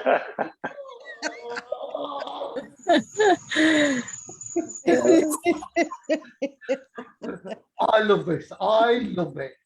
Maybe on the driving range, just for practice, maybe. I don't know about then you're supposed to suppress it when you're actually gonna hit the ball in a game. I don't think so. No, you go with it. And if it puts the willies up your competitor, I put that as a thumbs up. We are not really as Abers, or should I use the other term? Hamsters. We are not. I've been listening to a lot of stuff recently. Someone in the hot seat, instead of saying Abers, used the term hamsters. And I was like it. But you know, we're not really in competition with people. If we are in a competitive sport, they win, we win. And this is very pre-Abraham. Humble in victory, gracious in defeat. Well, my job in competition is to make him better, him or her better. I don't play girls, but make him better. I'll just say that. That's my job, and I expect that from them. You know, when I'm playing a tennis match, if the other guy double faults, I am disappointed because, it's just because I want an opportunity to make him better. I want to run him around. And I want to. That is the job of the opponent in any competition, is to help you get better. So beat him up. I mean, just beat him. And I'm very competitive, and I don't apologize for it, because at the level of sports that I play, it's understood that you are improving. You know, I could go out and pick somebody that I could beat up easily, and that's boring, and that's not anything that's going to help me get better, which is my drive. And I want to, actually, the reason I play sports, by the way, I realized this years ago. We were in a Abe meeting in our house when it came to me. The reason I play sports is because, and I've always used the word zone. I've been playing sports all my life, and I've been very good in sports. Always been able to perform well under pressure, especially. And I know I understand the term the zone, and I understand the feeling of the zone where you want to be the guy at the plate with the game on the line or the bowling and all that stuff. It's just, and what happens is I used to say I get in the zone so that I could win.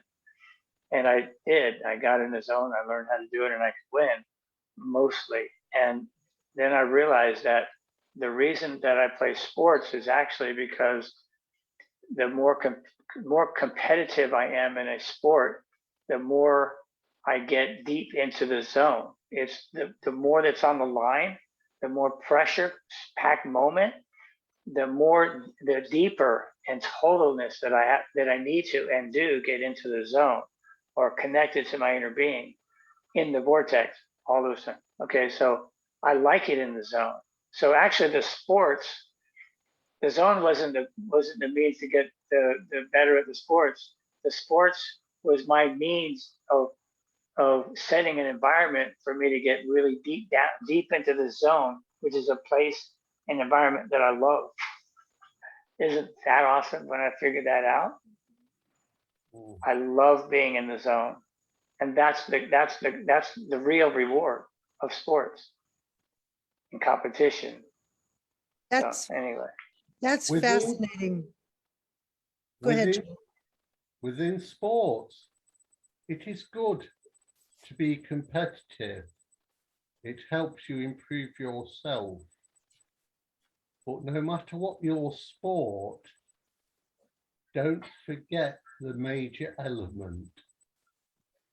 Have fun with this. If you're having fun, you may find you get a lot better.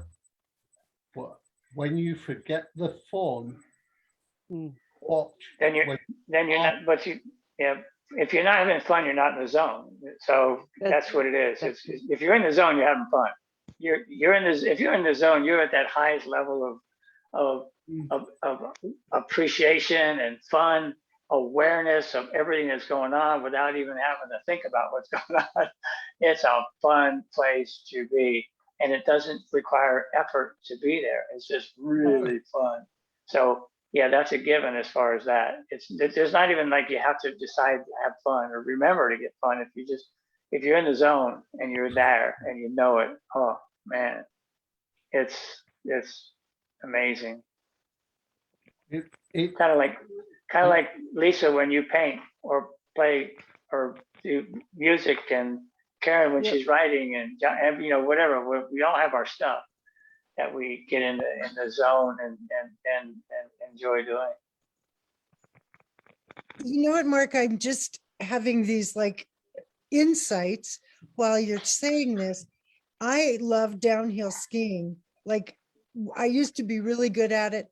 Then I had a bunch of kids and all the things that happened in my life, and I really don't go out anymore. But I loved it for that reason. It gave me this sense of freedom and kind of conquering the mountain. It was me against nature and the strength that I found doing it. So I'm looking at different parts of my life saying, oh, I used to love doing that and getting into the zone with it. And I don't do those anymore. So thank you. This is like a brilliant little moment in the conversation for me. And it doesn't have to be sports, because one of the things I love singing in small group music, but that's all been disbanded and there's really nothing happening that way. So then I don't sing. So, I don't have to stop it right there. Anyhow, that's enough. Yeah. And that's the area that I go to when I go to sleep practicing my serve or my strike or bowling. It's that place. It's like I get in the zone, and it feels really good. And if you can feel really good as you're going to sleep, that's really going to help you sleep and the rest of your life too. So yeah. Yeah, so you could do that. Sue, the way you described it, everybody felt it when you were talking about that downhill skiing. Like you were in the zone. You were in the zone as you were describing it. You can do that as you're drifting off into sleep. But the same thing, I'd do that every night if I was you. The way I felt. Yeah. And then other nights, I'm also going to Sorry, sing. But go ahead, Karen. Oh, I was going to say, who knows? But what you could return to some form of that, you know. I mean, because and the singing, Sue, I love to sing, and I found a little group called Couch Singers on they're online, and I haven't too much this summer, but before summer I was you go every week on a Tuesday, and it's let's see, I think around 1 o'clock Portland, Oregon time. It's out of Portland, Oregon, and people gather, just a little few more than we have here, and we just gather and we sing on online. And because I was missing music and I didn't have any outlets for that. I mean, I love to listen to music, but it's something else to actually participate in it, as you guys know. And so I found the Couch Singers. And and then I decided I was going to start getting piano music and get back with my piano again, because I'd let that go for a couple of years. And I just thought, because I love it so much, but then I allow myself to get so busy with this and that and the other thing. And then the stuff that really lights me up, I kind of, that falls by the wayside because I'm too busy doing what I should do. And so I thought, I'm going to make time for these little things that really, whatever. And then we walk Cindy, the Wonder Cat, and to get out a little bit more. And so I'm just adding no grandiose big things to my schedule, but just little things here and there that it just feels so fun. And for me, oh my gosh, this thing that I found with humor every day, I am so looking forward to getting the stuff done that I want to get done online, going through all the emails and the and the stuff that we do every day. And then I collect my funnies, as I call them, my cartoons. And as you know, you participated. Oh. And funny memes. I gather those and then I share them every day. And I also share them through emails as well to some people who aren't on Facebook. And so every night I just look forward to that. So now, as September is here, what I generally do is then my writing about the Abraham perspective. I've written quite a few ebooks about that. And so what I usually do, and what I've done for the past few years, I share one of my writings every day in Abraham Fun, and then on 3 other groups that I have, pages actually. And so then I went to start that, and it just wasn't there for me. Not that I don't adore Abraham and think about that, it's always in the back of my mind, but I thought, you know what? I just want to do this funny stuff. If I don't, if I have a certain number of hours to finish out my day, I just came up to seeing if I was going to start that. And I wasn't feeling it. Now, usually I would push myself to do it anyway, saying, well, I wrote all this stuff and people enjoy it and I should get that out there. I should. It's going to take some time. I got to copy and paste it here and there and here and there. I should do that. And I just came right up to that wall and I said, I'd be doing that for the wrong reason, even though I do believe I love my writing and I do believe there's value in my writing, but it just wasn't calling to me right now. It's not calling to me to do that. And so I just said, heck with it. I'm just going to play with my funnies, because that's, you just, with Abraham, you just got you got to learn to feel it. Am I feeling called to do this, even though it's a very noble thing, or am I not? And I just wasn't. And I thought, I want more and more and more to go where I'm feeling it. I'm really feeling it. And another thing happened too with Mark and I had a very nice couple who invited us to, we went out to dinner with them, and then they wanted to get together with us some more. And hi, Diane, welcome. Diane from Canada. Hi, welcome. And so I was just saying how some friends were wanting us to get together with them. And, I had to tell Mark, I said, I'm just not feeling it.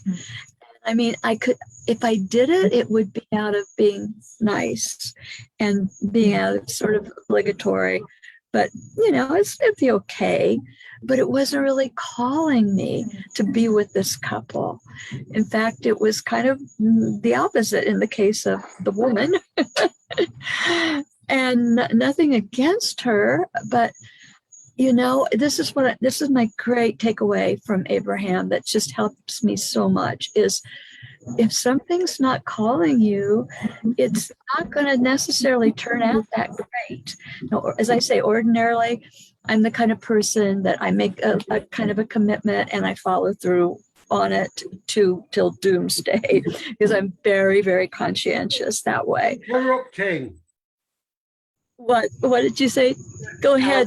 I might say interrupting, Karen, and I will just interrupt when something comes up here in alignment. Abraham, various workshops, various people in the hot seat. Procrastination is just being told you're not in alignment for a certain desire. And there is always another boat. Right. And if you're not feeling, you might feel it later. I mean, I can't say, I bet I probably will go back to sharing my writings online. I bet you I will sometime. And who knows but what we might start to socialize with this couple sometime. It's one of Mark's tennis friends and his wife. Sometime we might, but if we're not feeling it now, then right now is not the time to do it. And it's not that you rule it out forever, but you just go on what you're feeling as opposed to what you should do. And this for me is the hugest thing of Abraham, because I'm very, very, my tendency is to do what I think I should do. And then to learn to listen to how I'm feeling and go with that is very life-giving for me. And that is just one of the many, many, many nuances of Abraham and the mental hygiene. So Lisa was talking earlier about mental hygiene, mental health. And that to me is, is when you can feel that breath of fresh air and that freedom that comes from giving yourself permission to do what you want to do as opposed to doing what you think you should do. That is a huge, huge step in the right direction for me with my mental hygiene. My mind just got a lot more hygienic by doing this. I mean, it just, and depending on what our issues are, yeah. I'm flossing my brain. Let's get this right. Hang on, let me cancel my picture. Whoops.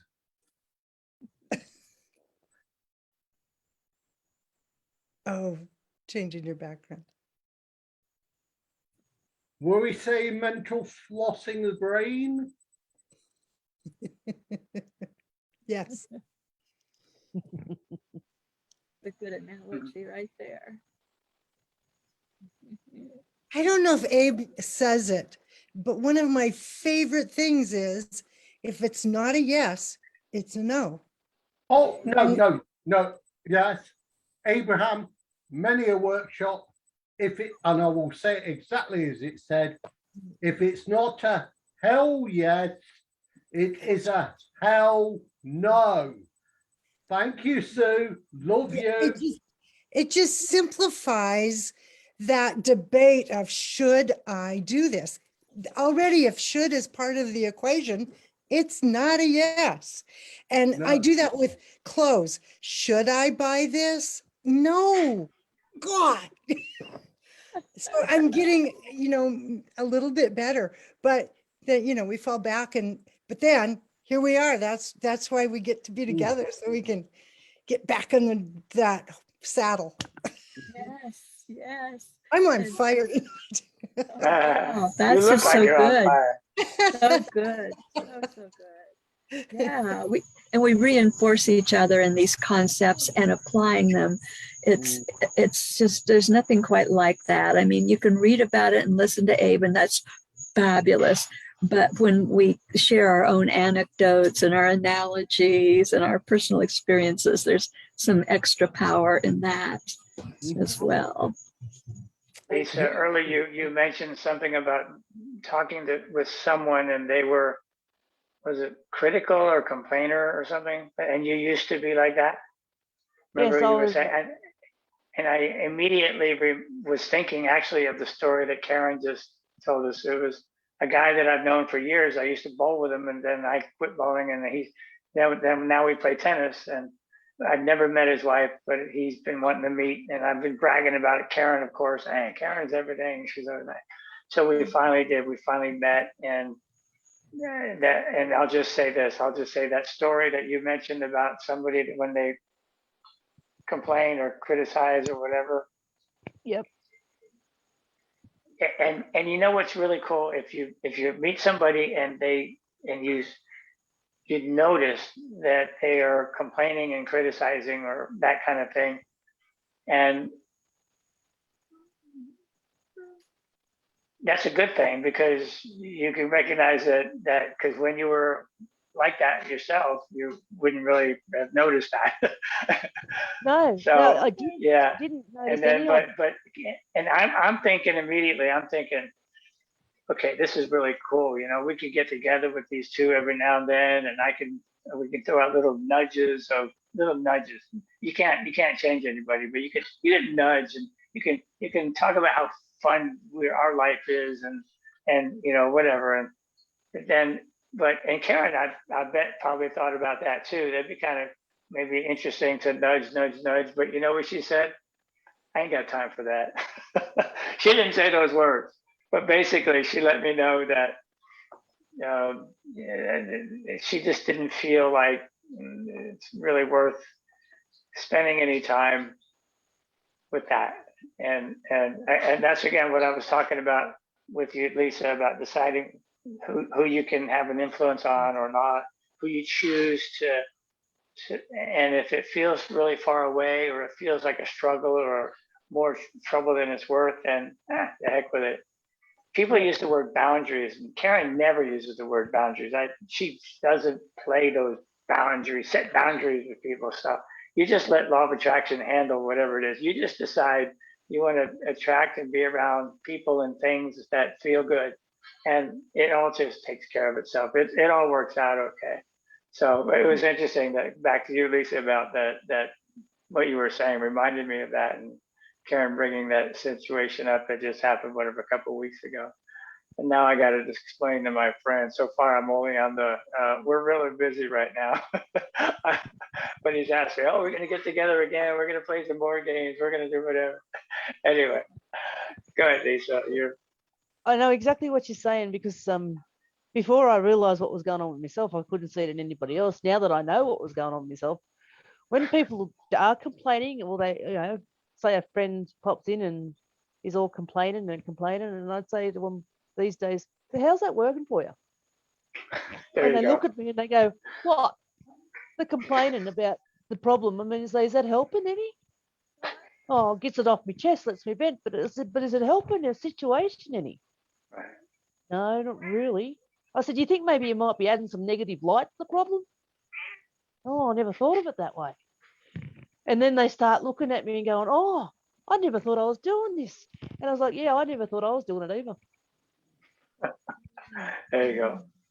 Yeah. And just that could have a huge, major impact on somebody's life, which is what you Yeah, it want. does.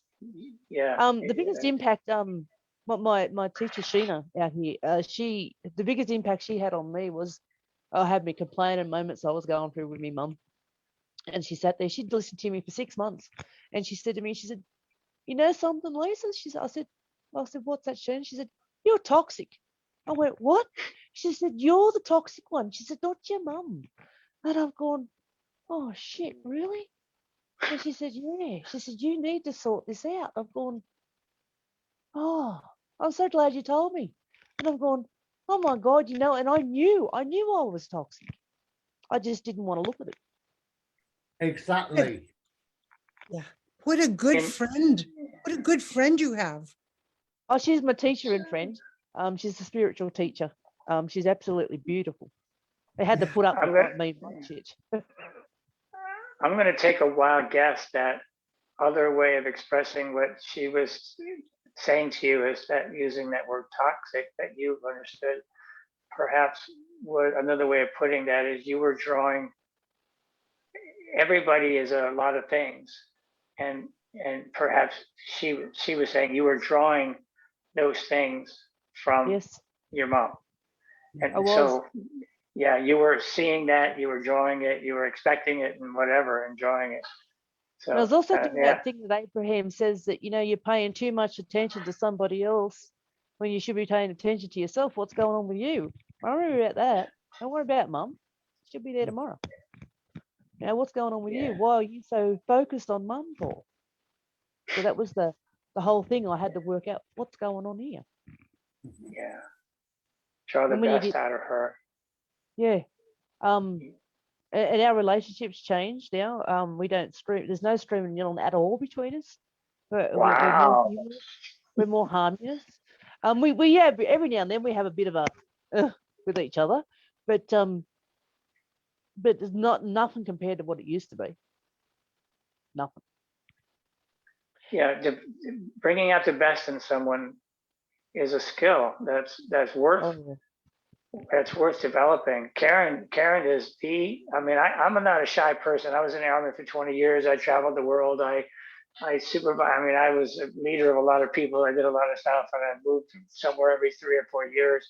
And I'm not shy. I met a lot of people. Karen is the most that draws the most skilled at drawing the best out of everybody. mm-hmm. That's what she does. Anytime we have anything to do, I ask her to get on the phone. Call, like we need a plumber. Karen, could you call anything like that? And when the plumber shows up, I know because Karen is there, especially if she greets him at the door. She sets expectations or does whatever she does, and she draws the best out of everybody. Mm-hmm. When a plumber comes to our house, I can tell you, we could have the worst plumber in the world have the best day of his life. Yep. He would have the best service day of his life because somehow Karen draws the best out of everybody. She draws the best out of me every day. So, I mean, that's easy for me, and I pat myself on the back for attracting that. But yeah, so that is a skill that you can set something. And Karen, you might describe it, but set intentions. I see her, and I know it just happens every time. It's not a random thing. If she gets on the phone with somebody, if I ever have anything going on, I say, Karen, that could be my business, could be anything. I'll ask Karen to get it. We just happened again a couple of weeks ago, week ago, on something. I got all flustered and whatever, and I couldn't get their answers, and we're dealing with AT&T on a business thing, and she got on the phone, and soon the problem was all solved. Email, here's the answer, it's all done, it's done. Here's your, whatever. I don't know, a few hundred few $100s worth of refunds and stuff like that. So yeah, drawing the best out of everybody, expecting it. How do you do it, Karen? Thank you for asking, and thank you. Karen, please. It's just what Jonathan talks about so much. It's appreciation of people, appreciation. I just so deeply appreciate the work that people do that benefits me. And I never used to think about it. It's just like, well, that's their job, just they got to come and do it. But, these days, I just love that people have these skills that Mark and I don't need to have, and they come and they take care of whatever it is with their car or house or medical people or anybody like that. I just deeply admire them. It's for me, it's very heartfelt that I guess through Abe, it's definitely been in the past 20 years that I've changed a lot in my view on everything. But one of the things that really got cleaned up in my cranium was how I see other people and especially how I appreciate people's jobs and what they do. And to me, it's just so remarkable that there's somebody right here to do this when I need it and that to do when I need it. And so I just go forth with that vibe, I guess. And that vibe of appreciation is, as Jonathan talks about it so much, and Abe talks about it so much, and it's on the same vibration level as love. It's the highest vibe that they've ever seen in humans. And it just feels so good. And you just can't help but expect good things from somebody that you just deeply appreciate. And so, yeah, that's just how it happens. It's just very organic, I guess, for me at this point, from that appreciation. And we had a car situation, a fellow, so we went last Sunday, and then Monday as well, to kind of and do a little bit of stuff with our cars, thinking we might trade our cars and get a new car, a better car, not a brand new car. But so we ended up over at the dealership, and it was just the fella that we manifested had to be the nicest person in the whole wide world. And the place itself was just teeming with energy, and it was teeming with optimism. I mean, you could just walk in there and feel it. So Mark's gone there for years, but I hadn't really experienced it myself, but it was just so fabulous. And so, I mean, there again, and then we had dealt with 3 or 4 people there, and I just felt so deeply appreciative, even though we got clarity that we are not going to get a new car right now, a different car. We are going to hold right on to what we've got. And so we're very clear in that. We were of the same mind. But the whole experience was just something that I wrote a review about that long, typed out, of this place and put it on 3 different platforms, because I just felt so amazed by how efficient they were, how thorough they were, how friendly they were, that they were everything that you would ever want.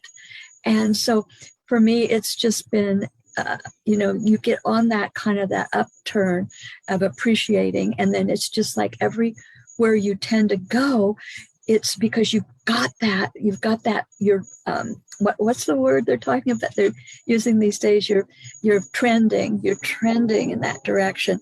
The big word right now with Abraham is trend.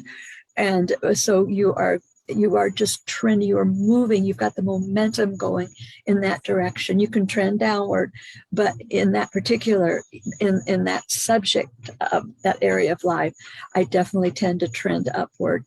And whether it's, as I say, whether it's doctors, whether it's whomever, it's like, I'm just like, oh my gosh, this must be the wisest person on earth.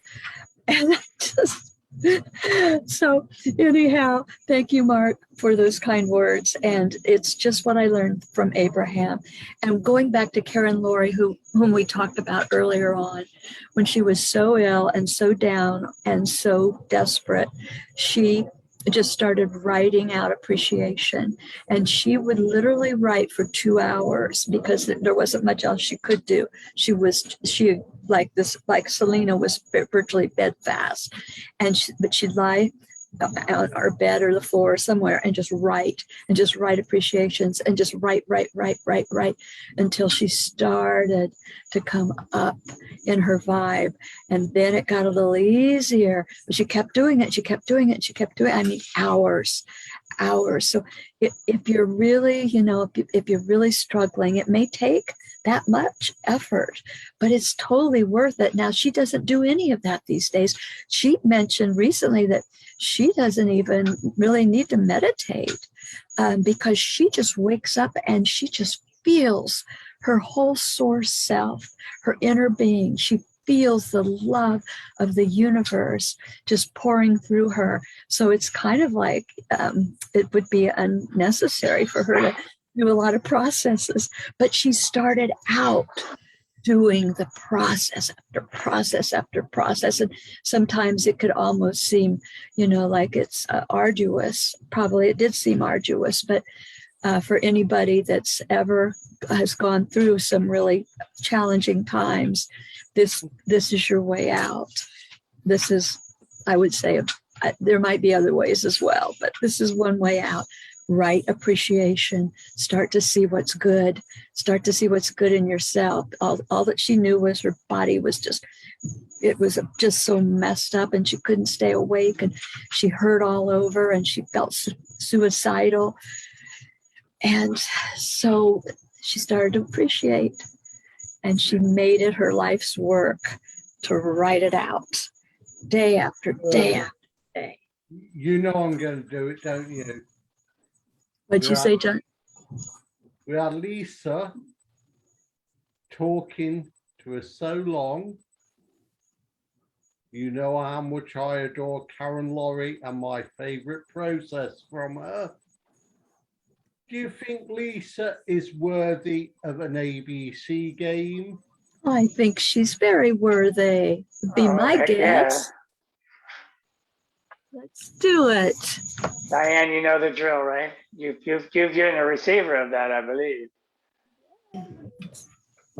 You're a recipient of that. Allan may be new to this, but she's going to feel our appreciation from this. Lisa Allan, you are amazing. Thank you. You are beautiful. You are charming. Oh, You are delightful. ooh. You are energetic about Abraham. Yes. You're fun. Just, you don't even have to say anything. You're fun. You just exude this fun thing. Fun. You're gentle with yourself, which is nice. Yeah. Generous. You want to give your experiences in your life. You're generous. You Today- are happy. Happy. Oh yeah.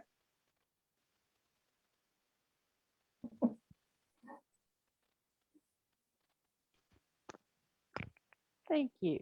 You are No. imaginative. Nice.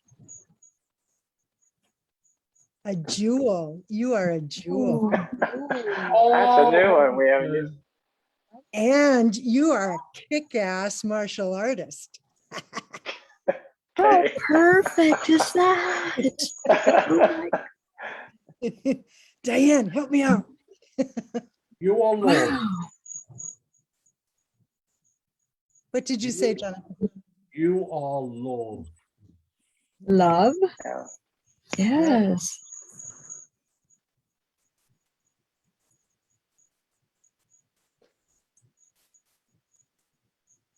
You are marvelous. Ooh. And can be such a hard word. Let's see somebody else hit it. You are nifty. Always good. That's like really cool and light. Nifty, doesn't it? It's like fun and cool and light and cool. Nifty. I like that word. You are outstanding. Precious.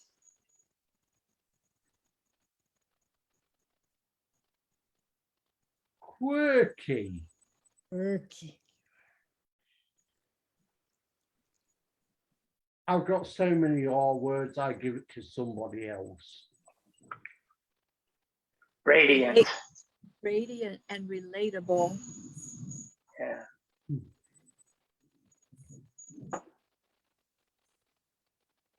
Sexy. Had to be said.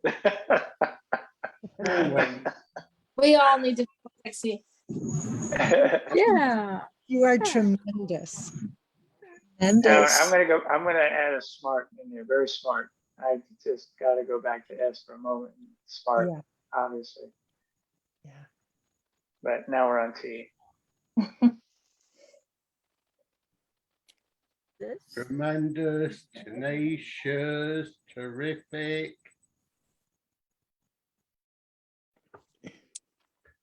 I've thrown the U's to you lot.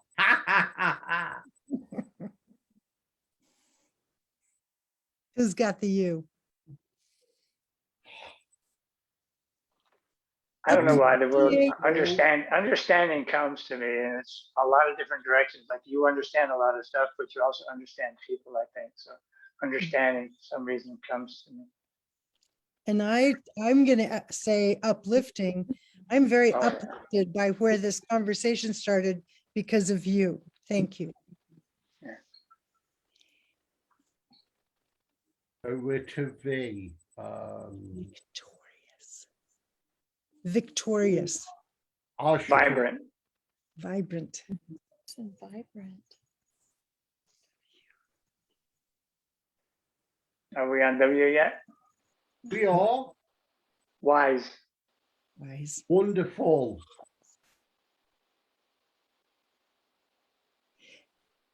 Example. You are a good example. That's my. Oh, we're gonna use that for X. There you go. Yeah, We- we We cheat a little bit on X's, all right. That's part of our rules is we can cheat on the X a little bit. yeah. For a long Except time, Jonathan. I would say sorry, Mark. I would say xenial, which is a fancy word, hospitable to foreigners. But then we did cheat with EX. Yeah, Well, X-ray could be spelled. Yeah, yeah. Yeah. Anyhow. extraordinary. Extraordinary. Yeah. I want to say yummy, but somebody may shoot me down for flirting. All right, we'll take yummy. It's out. It's out there. And it's true. I'm single, like she is, so I can say yummy. He's flirting. Yeah, I am. And we've got to Z, and I will say zesty. Zesty. Yeah. Who else? And now we know the ABCs, but now what do you think? No. And who says that was fun in giving compliments to a It fellow, was. fellow hamster?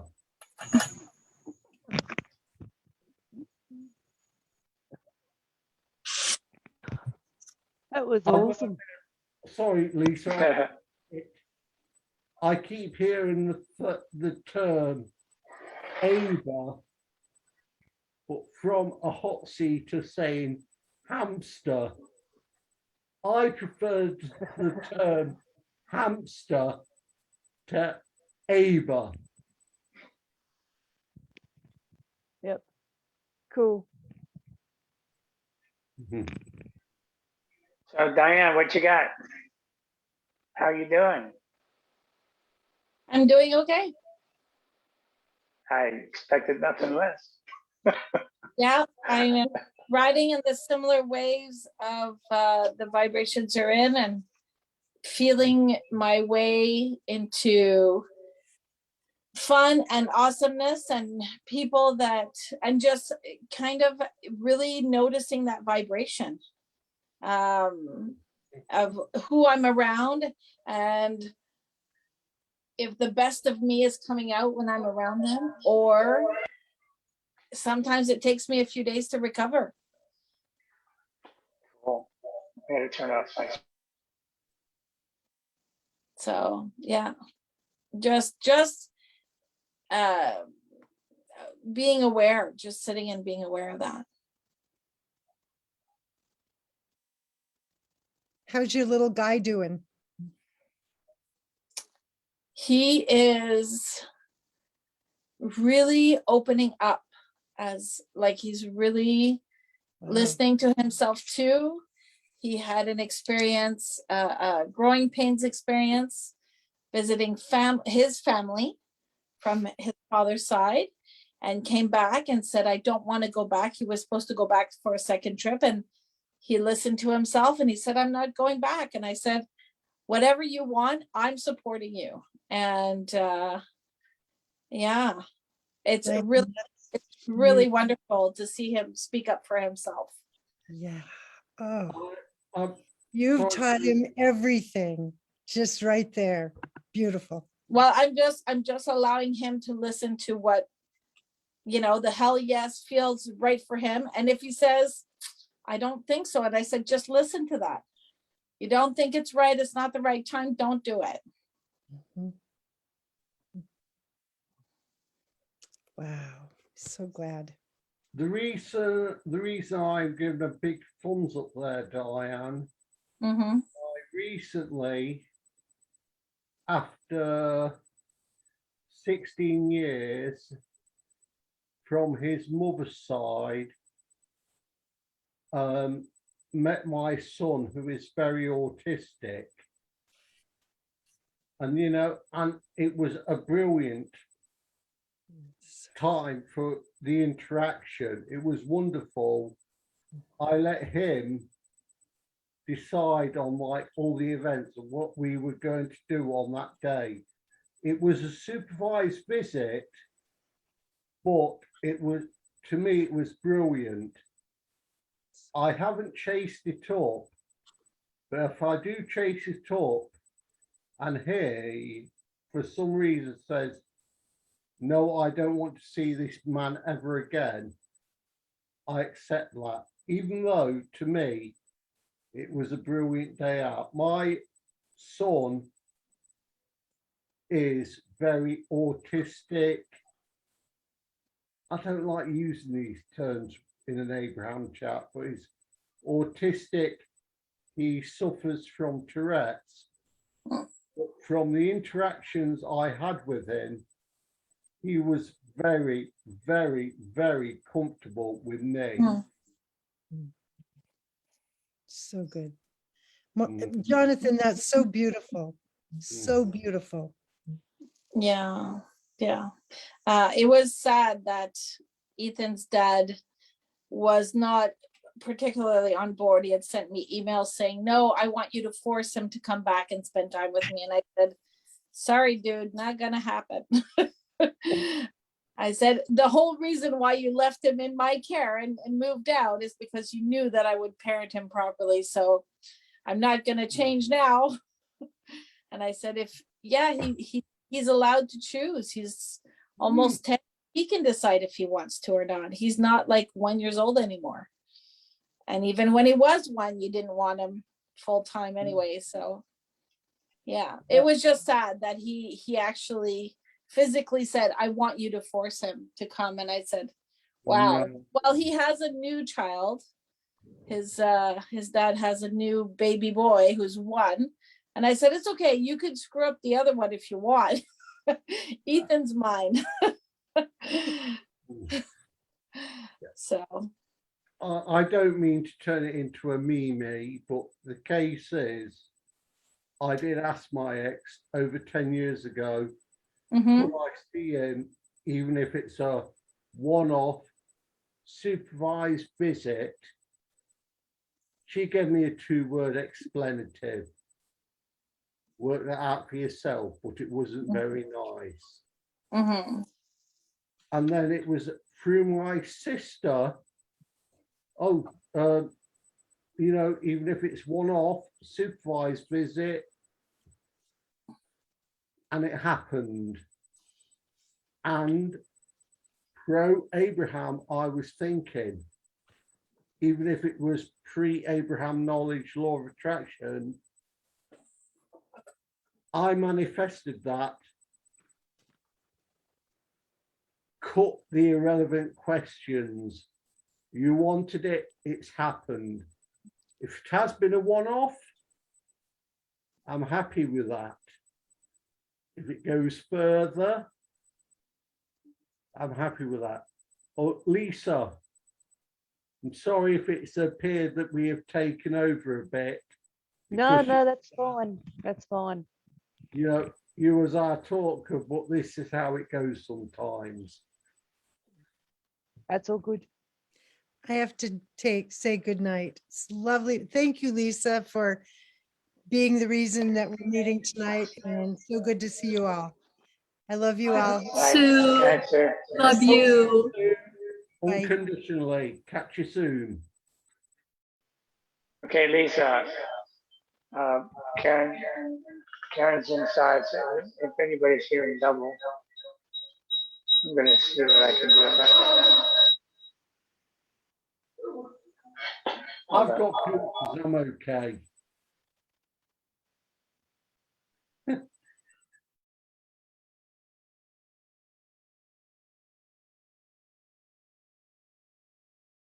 Lisa. Okay. Sorry. And this Yeah. is just me being a bit busy. Lisa, you said about karate. You've done, you know, currently it's a Muay Thai and karate. Yes. What style of karate? It's Kempo. Okay, American karate as they call it. Yeah. I actually prefer the Muay Thai. It moves a bit, it flows better for me than the karate does. Yours. Yeah. Okay, Lisa. We're gonna end this call in about 3 to 5 minutes. Mhm. But I wanted to give you an opportunity before we sign off to summarize, do whatever, however you feel or whatever you want to play with, and something you want to leave us all with. So especially for people that may watch this later on and for us. So you got 3 to 5 minutes to summarize or do whatever, or say goodbye for a while, a really long way, whatever it comes. Maybe I just finish with what I usually teach kids because it's so simple. Because I get the chance to teach kids meditation and at the karate where I train. So the biggest thing I try to teach them is peace begins in me. Doesn't start anywhere else but with inside yourself. And I usually give them a mantra on 4 fingers. Peace begins in me. So if they're having a problem at school, they can just sit there and think about it through their head and calm themselves down. And it's a good little thing for us adults too to remember we're our place in the world too. If we're not peaceful, they're not going to be peaceful. That's also a song. Is Karen, it? do you know it? Yeah. I It's a didn't know that. It's a beautiful song. The Spiritualist Alliance I'm a part of. When we were able to meet in person before COVID, we used to sing that song, holding hands, at the end of each, I guess, when we got together on Sundays. Ah, So it's a beautiful song, and what my son's favorite. awesome stuff. Begin Yeah. with me, yeah. I like. We sang that in unity too. I'm sure it's the same song. It's just so beautiful. And we held hands at the end. Let there be peace on earth and let it begin with me. Mhm.